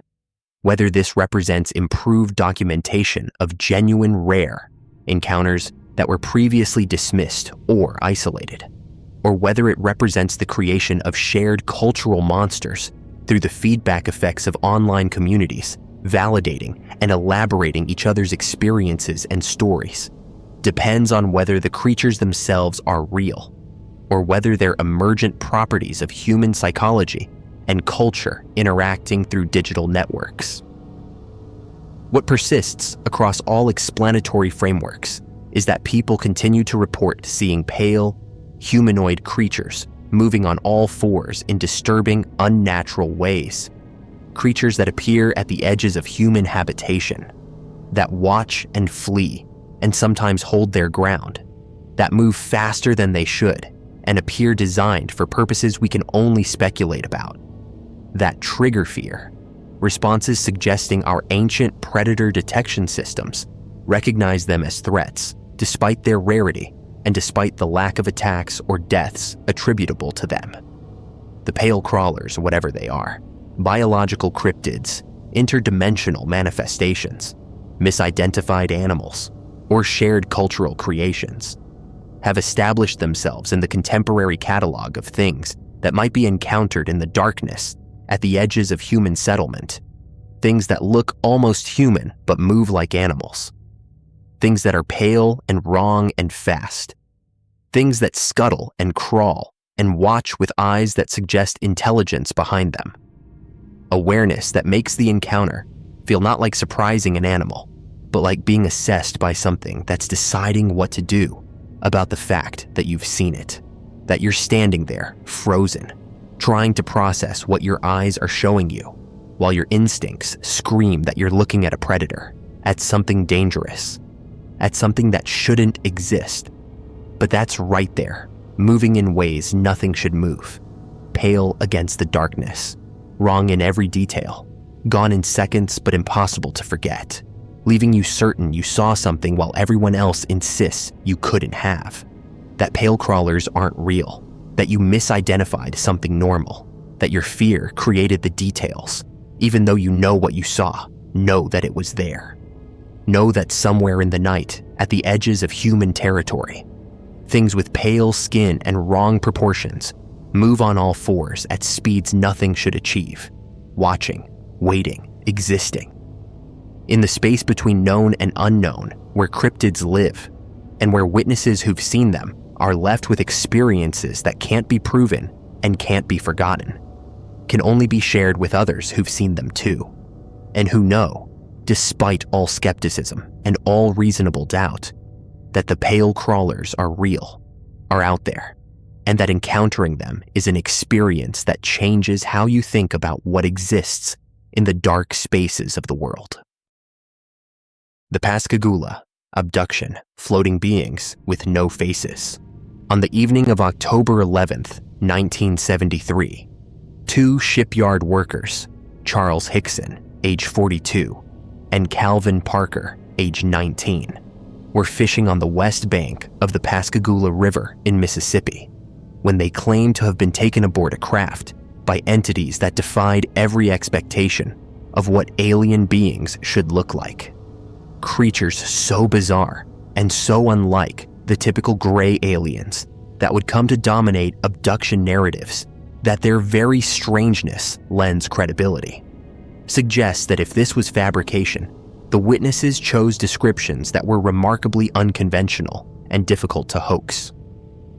The beings were described as roughly 5 feet tall, with wrinkled gray skin that looked robotic or mechanical, with no discernible eyes, no mouths, no recognizable facial features at all, just smooth or featureless areas where faces should be. They had crab-like or mitten-like appendages instead of hands. And most disturbingly, they didn't walk but floated or glided above the ground, moving without apparent locomotion, defying gravity in ways that added to the profound wrongness of their appearance and behavior.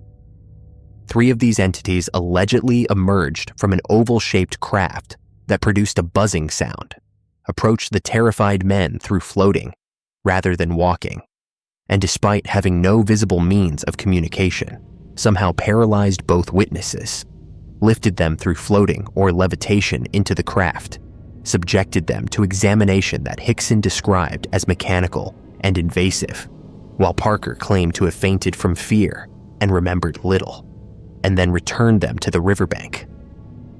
Approximately 20 minutes after the encounter began, leaving them traumatized, disoriented, and with a story so strange that when they reported it to local sheriff's department, investigators were initially skeptical, but became convinced through various means that the witnesses genuinely believed their account, that they were exhibiting real trauma rather than performing deception, making the Pascagoula abduction one of the most compelling and best documented early abduction cases, distinguished by the witnesses' consistency, by their genuine distress, by the unusual nature of the entities described, and by the fact that both men maintained their stories until death.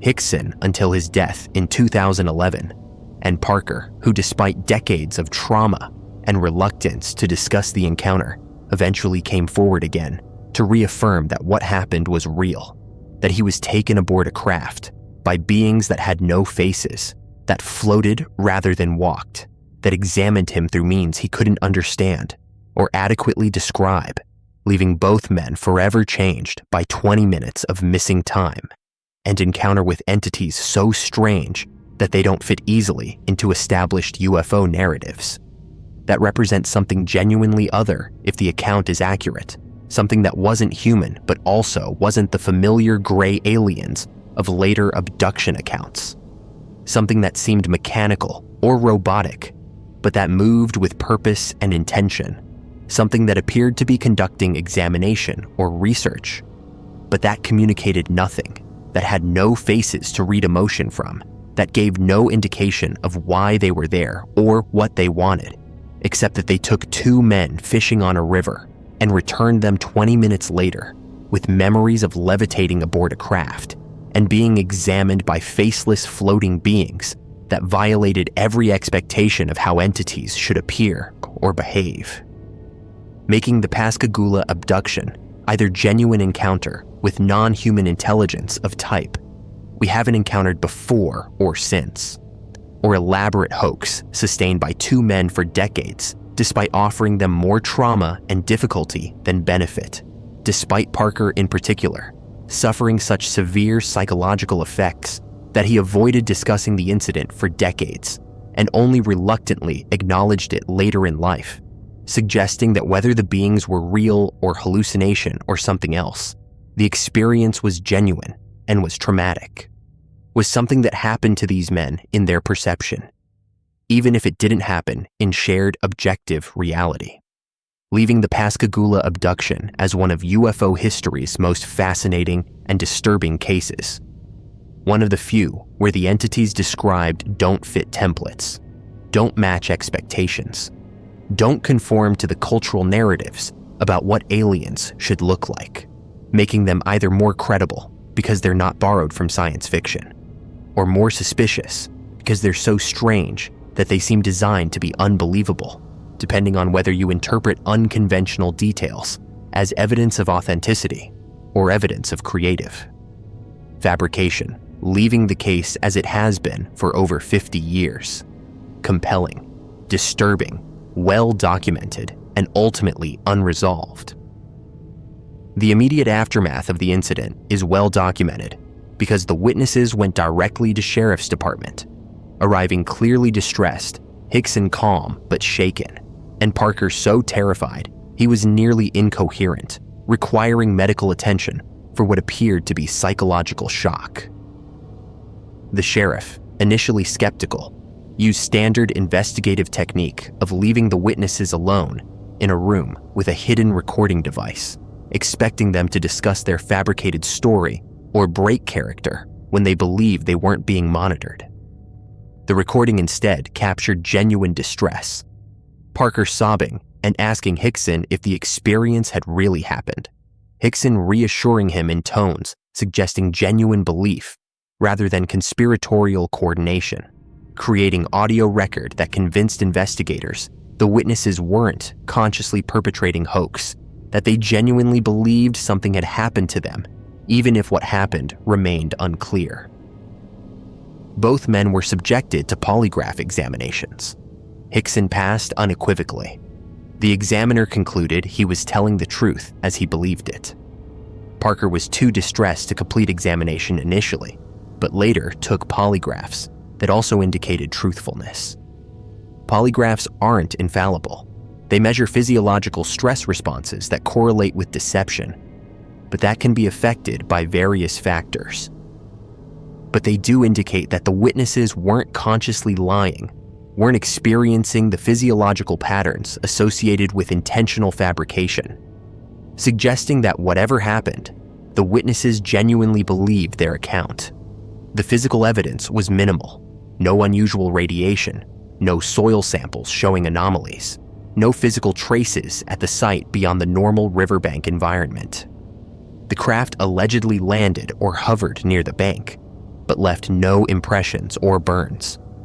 The witnesses had no unusual marks on their bodies beyond Hickson's report of soreness consistent with the invasive examination he described.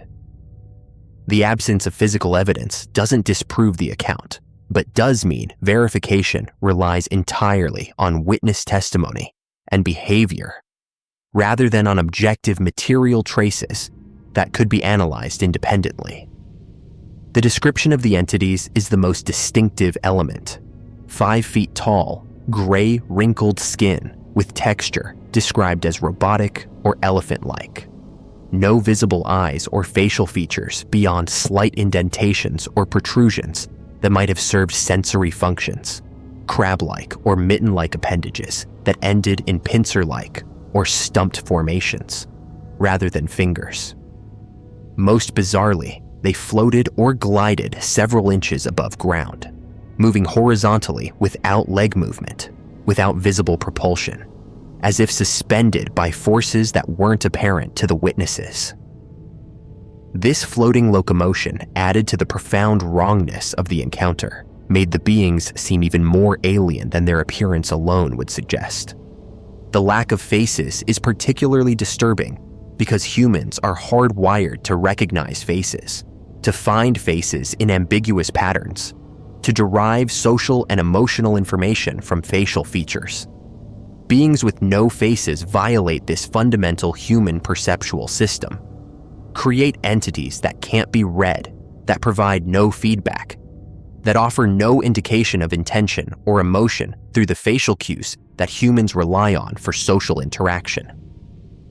Whether this was actual characteristic of the entities, or whether it was how witnesses' brains processed beings whose faces were so alien that human face recognition systems couldn't parse them into comprehensible features is ambiguous, but the effect was traumatizing. Being examined by beings you can't read, whose intentions are completely opaque, whose very appearance suggests they're not biological in ways you understand. The mechanical quality described by witnesses is intriguing. The beings moved in coordinated mechanical ways, floated with precision, conducted the examination with what seemed like programmed efficiency rather than curiosity or scientific interest.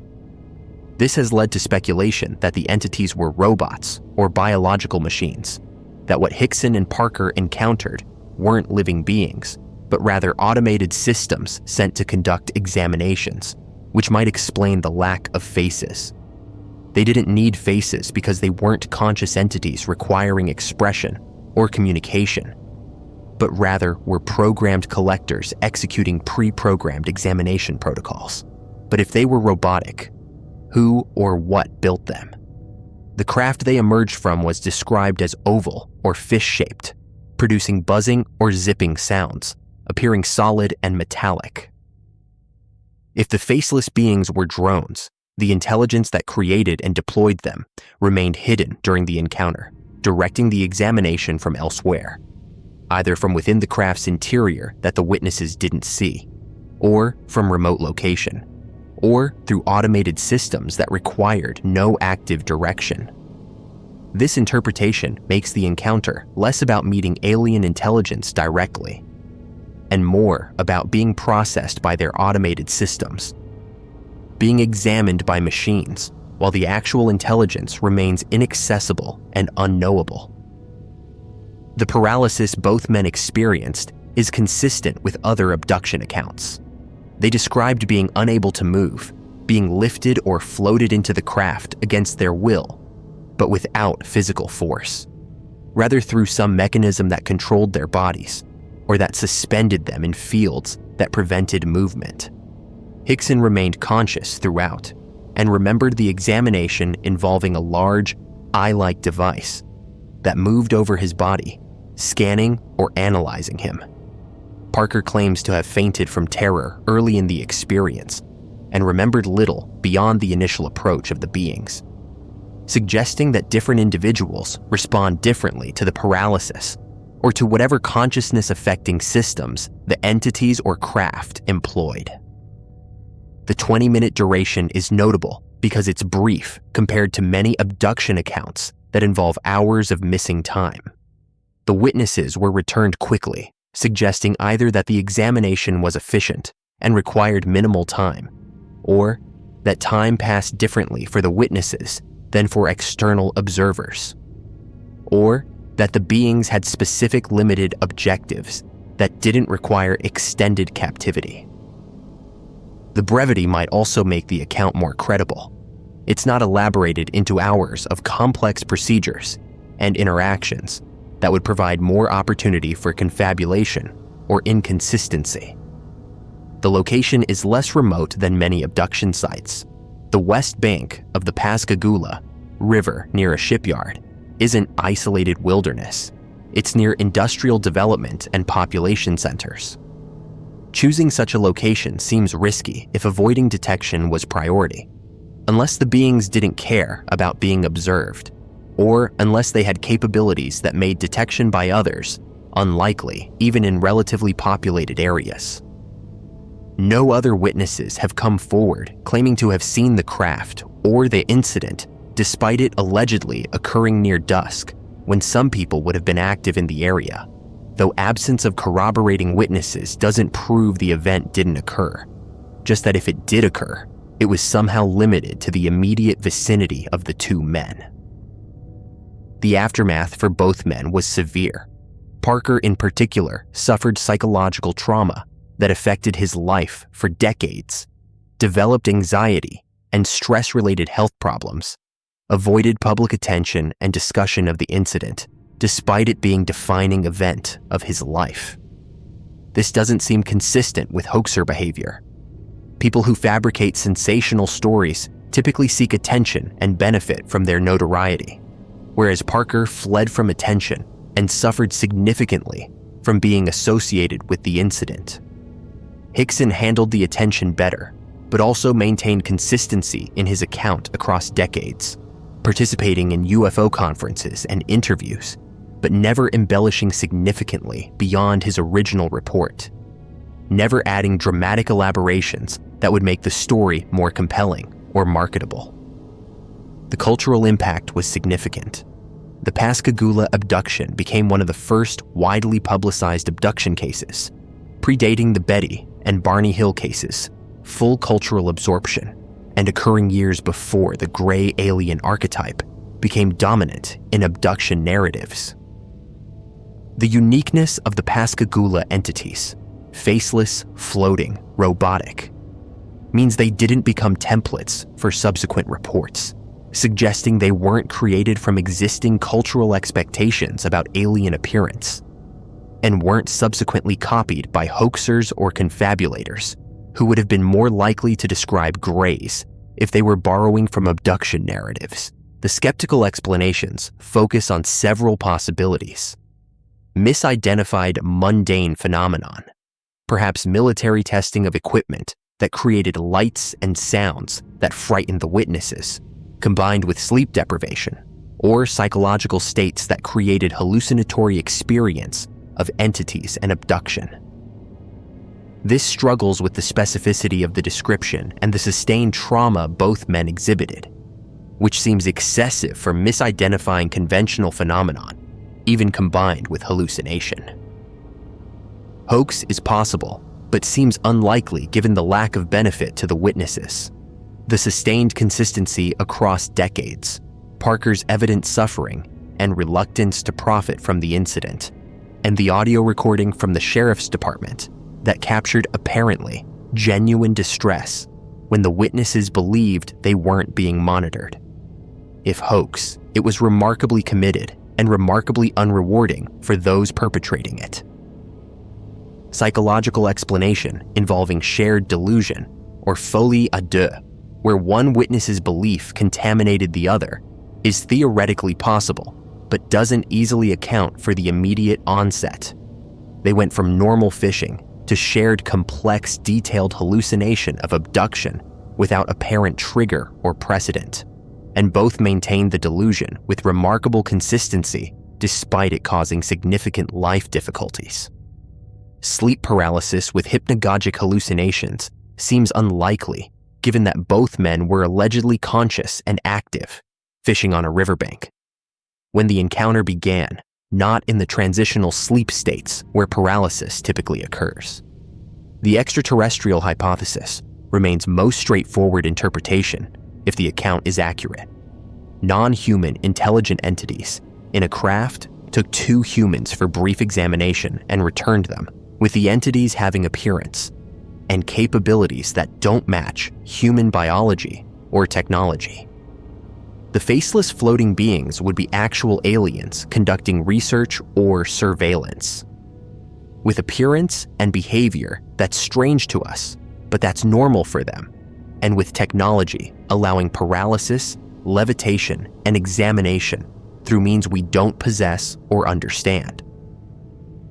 The interdimensional hypothesis proposes the entities came from adjacent dimension rather than from distant planet, that the craft wasn't spaceship but dimensional portal or vehicle, that the beings appeared faceless and mechanical because they're not fully manifesting in our dimensional space, that we're seeing partial projection of entities that exist primarily elsewhere.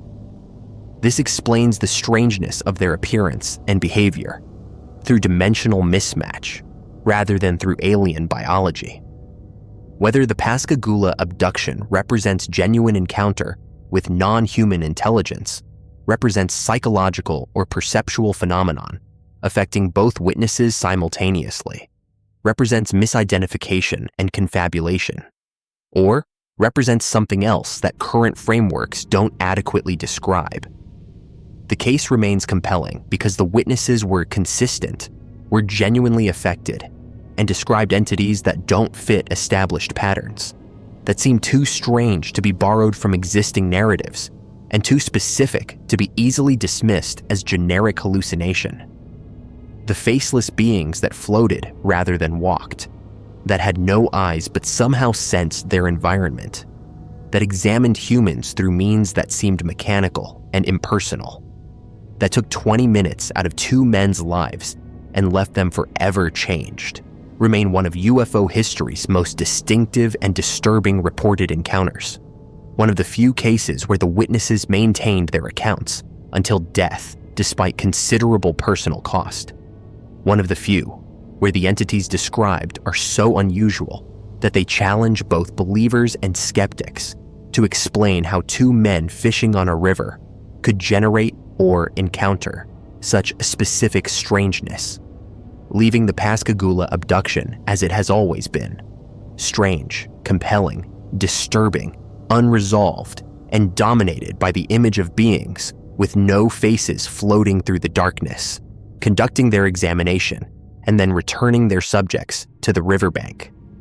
As if 20 minutes of missing time and encounter with the profoundly alien was just another Thursday evening in Mississippi, just another unexplained incident in the long history of humans reporting contact with entities that don't fit our understanding of what should be possible, what should exist, what should be floating through the darkness, taking people aboard craft to examine them through means we don't understand for purposes we can only speculate about. The faceless beings that Hickson and Parker encountered, that they reported, that they never recanted, that they took to their graves as defining traumatic experience that was either real encounter with non-human intelligence, or was hallucination so powerful and so specific that it functioned as encounter, that created trauma equivalent to actual abduction, whether or not actual abduction occurred, leaving the Pascagoula case as permanent testimony to something: genuine alien contact, psychological phenomenon, shared delusion, misidentification, or mystery that transcends these categories, that happened to two men fishing on a river, that involved beings with no faces that floated rather than walked, that changed both men forever, and that remains, after 5 decades, one of the most compelling and least explained abduction accounts in the history of UFO phenomena. A case that refuses easy dismissal, that challenges simple explanations, that suggests that if abductions are real, the entities involved are far stranger than the gray aliens of popular culture, far more disturbing in their featureless faces and their floating locomotion and their mechanical indifference. The beings that took Hickson and Parker examined them and returned them, leaving us with their story, with their consistency, with their trauma, and with the question of what actually happened on October 11th, 1973, on the west bank of the Pascagoula River, when two men fishing encountered something that had no faces, that floated through the darkness, that took them aboard a craft and changed them forever, leaving the case unsolved, unexplained, and permanently disturbing in its specificity, in its strangeness, in its suggestion that the universe contains beings so unlike us that they violate every expectation, that they float without walking, that they examine without faces, that they exist in ways we can barely comprehend, and that encountering them is experience that marks you permanently, that trauma that persists across decades, that memory that can't be dismissed or explained away, no matter how much you wish it could be.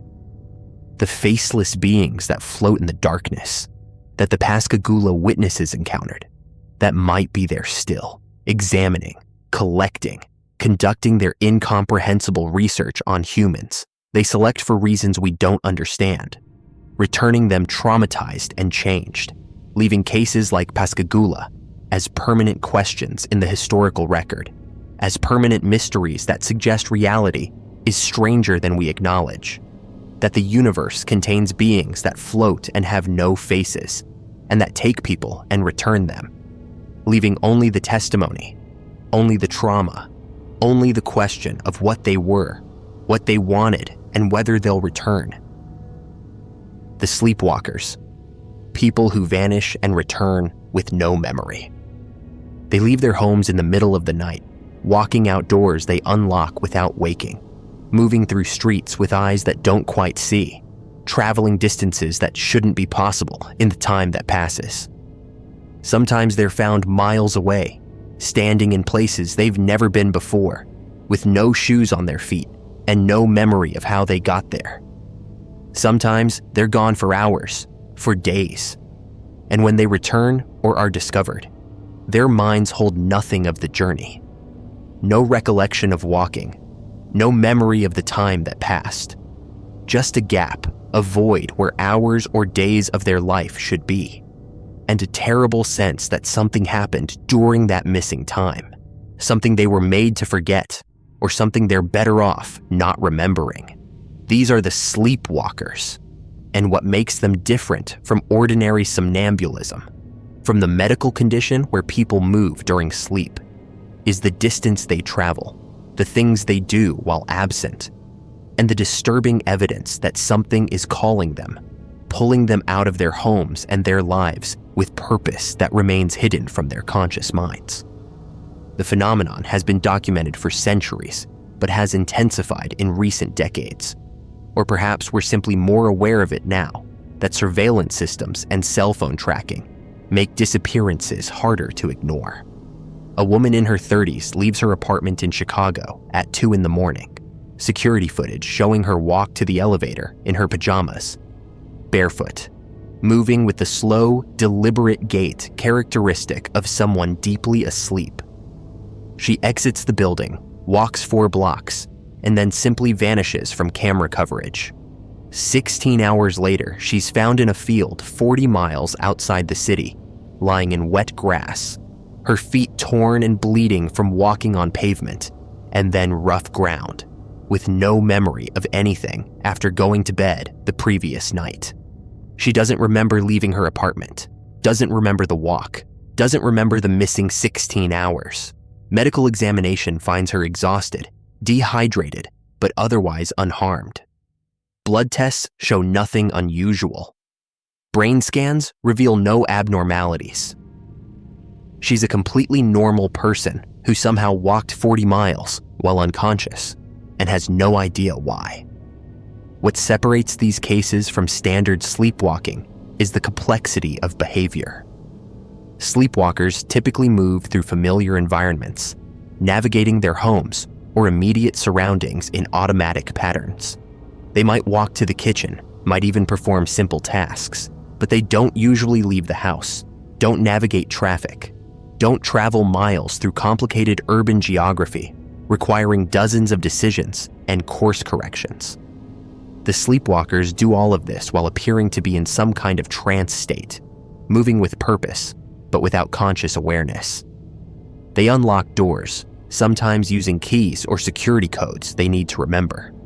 They walk or sometimes drive, operating vehicles successfully enough to avoid accidents while having no memory of being behind the wheel. They reach destinations that seem to have significance, even though they can't consciously explain why they went there. The destinations themselves are often strange and troubling. Isolated locations with no obvious connection to the person's life.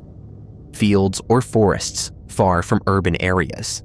Abandoned buildings, locations near water, lakes, rivers, coastlines.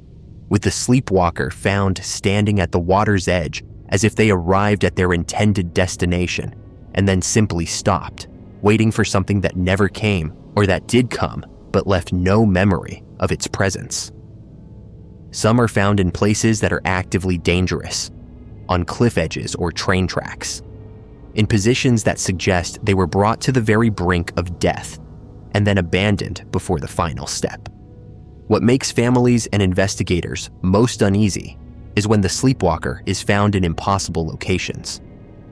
A man vanishes from his rural home in Oregon and is discovered 24 hours later in a Nevada desert, over 400 miles away.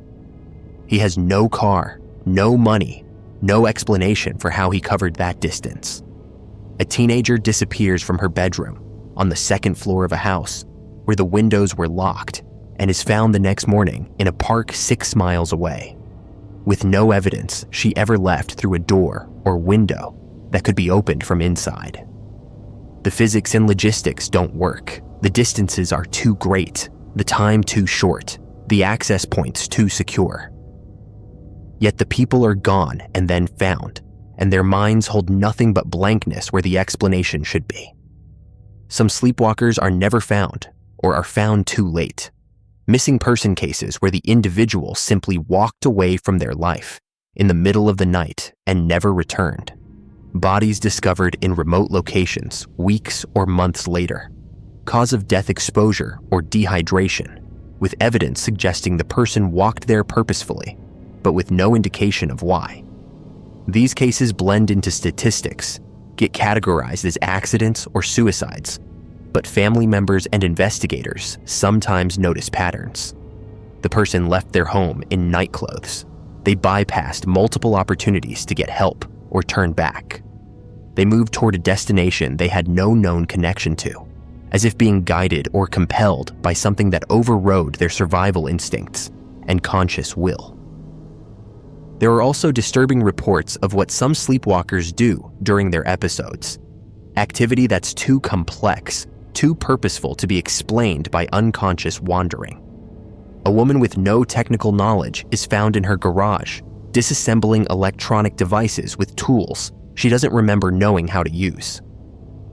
A man wakes up in his car, parked outside a house he's never visited, with a notebook in his lap filled with writing he doesn't remember producing, symbols and diagrams that mean nothing to his conscious mind, but were drawn with precision and apparent understanding.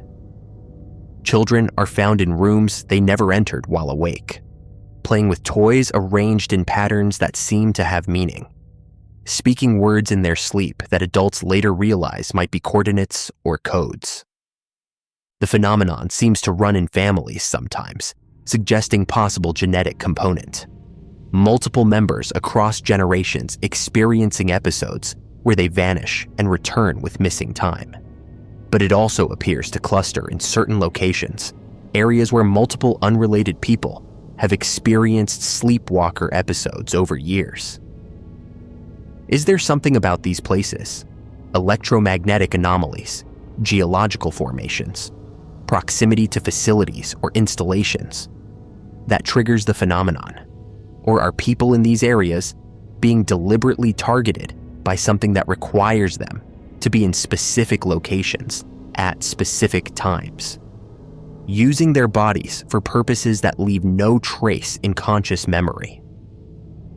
The most terrifying accounts come from those who've had partial recall, fragments breaking through the amnesia barrier. A man in his 40s began having recurring dreams after a sleepwalker episode where he'd been found 10 miles from his home. In these dreams, he was walking down a road at night, but he wasn't alone. Figures moved alongside him, indistinct shapes that felt present even though he couldn't quite see them. They were guiding him, not forcefully but firmly, keeping him moving toward a destination. The dreams felt like memories trying to surface, his mind attempting to reconstruct what happened during the missing hours. Another woman described waking during a sleepwalking episode to find herself in a field she didn't recognize, paralyzed but conscious, unable to move or call out while lights moved in the sky above her. Then darkness came again, and when she next woke, she was in her bed, with only the dreamlike memory and dirt on her feet to confirm it hadn't been entirely imagination. These fragmentary memories share disturbing elements. Presence of others, though whether these are human, equipment, or entities, remains unclear. Lights, often described as bright and cold, illuminating without casting normal shadows. Examination or procedures, sensations of being studied or worked on.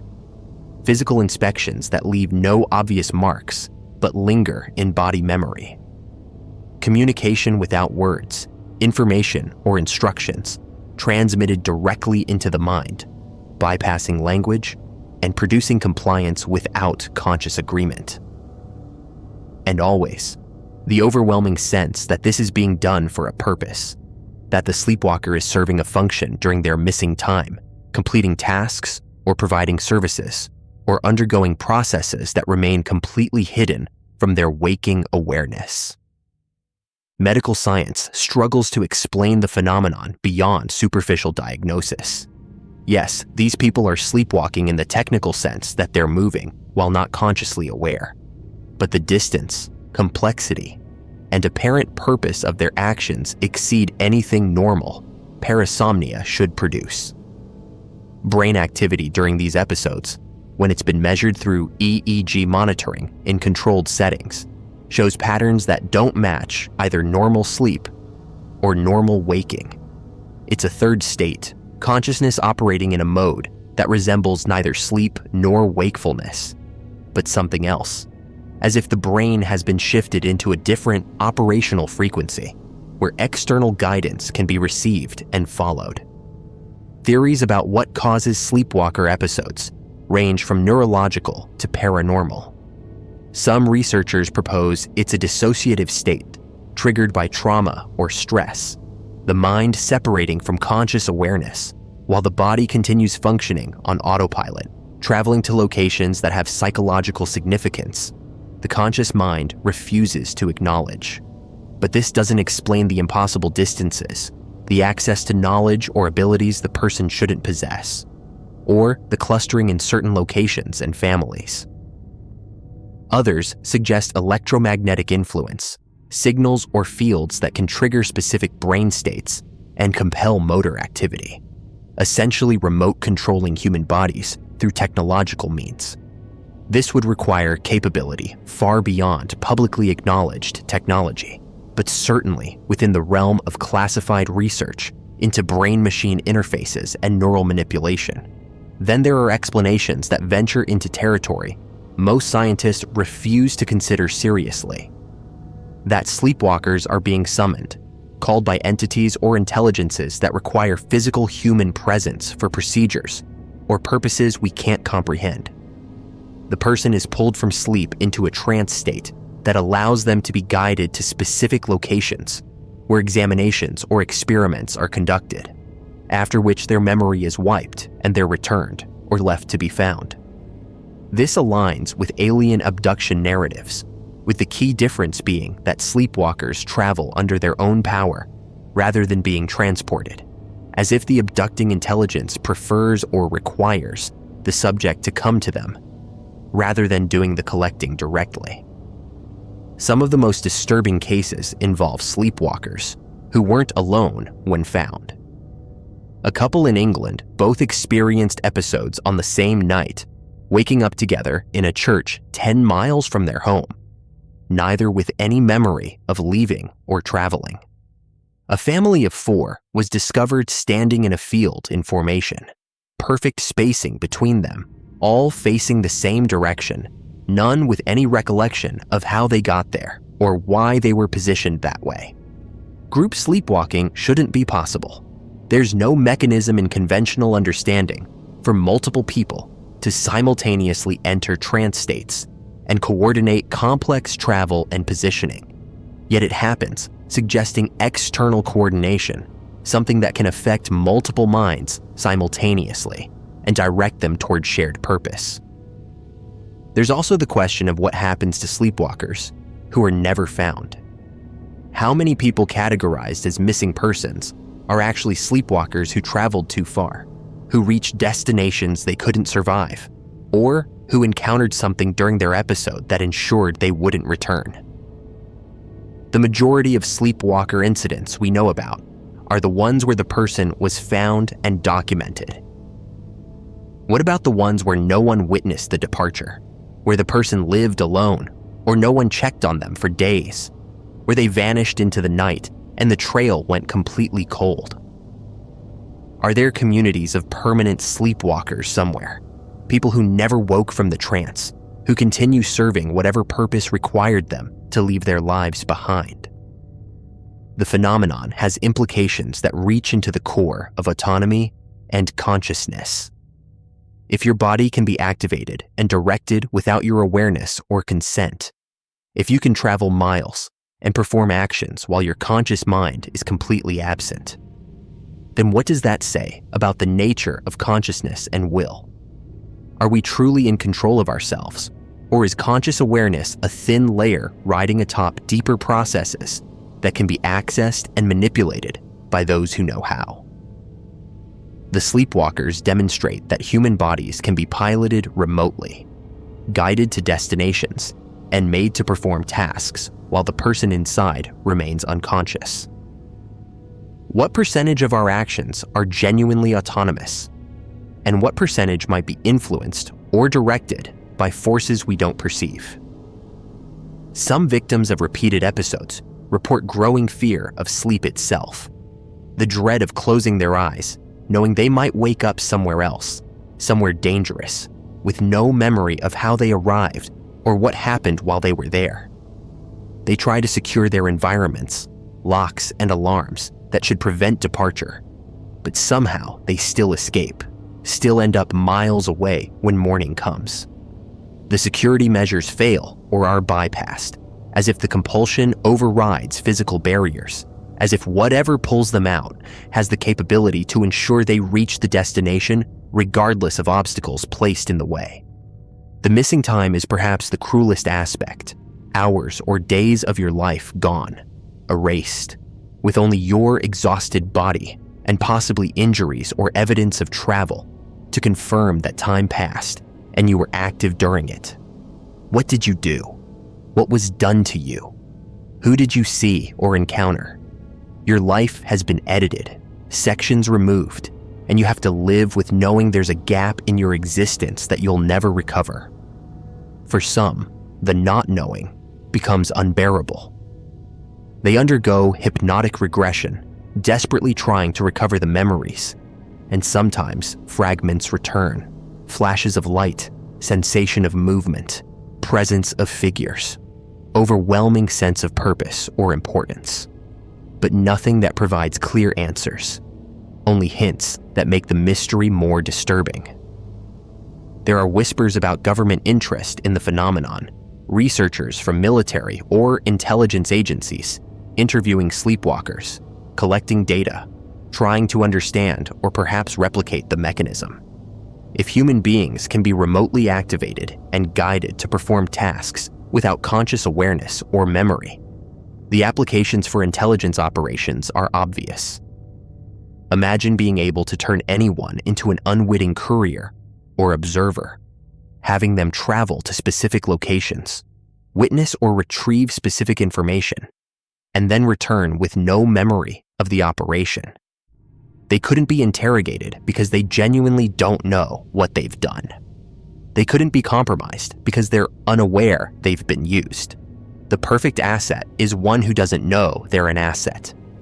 Late at night, in quiet neighborhoods around the world, doors unlock from the inside. Figures in pajamas or nightclothes move through streets with eyes that are open but unseeing, navigating toward destinations they have no conscious intention of reaching. Some will be found in the morning, confused and frightened, their feet dirty and bleeding, their bodies exhausted, their minds blank where hours should be. Some will be found days later, miles away, with no explanation for their journey. And some will never be found at all, will simply vanish into the night and become statistics, missing persons whose families never learn that they walked away not by choice, but by compulsion, called by something that needed them elsewhere for purposes that remain forever hidden. The sleepwalkers move among us, ordinary people who occasionally become puppets, whose bodies are borrowed for tasks their conscious minds never authorize or remember. They are evidence that human autonomy might be far more fragile than we believe, that consciousness might be less in control than we assume, that we can be activated and directed by forces or intelligences that understand our neurology better than we do ourselves. And the most terrifying realization is that you could be a sleepwalker yourself, that episodes might have occurred that you've completely forgotten, that the life you remember living might have gaps you're not aware of, times when something else was using your body while your mind was safely locked away in unconsciousness, kept from witnessing what you were being made to do, kept from remembering the journey, the destination, or whatever was waiting there when you finally arrived.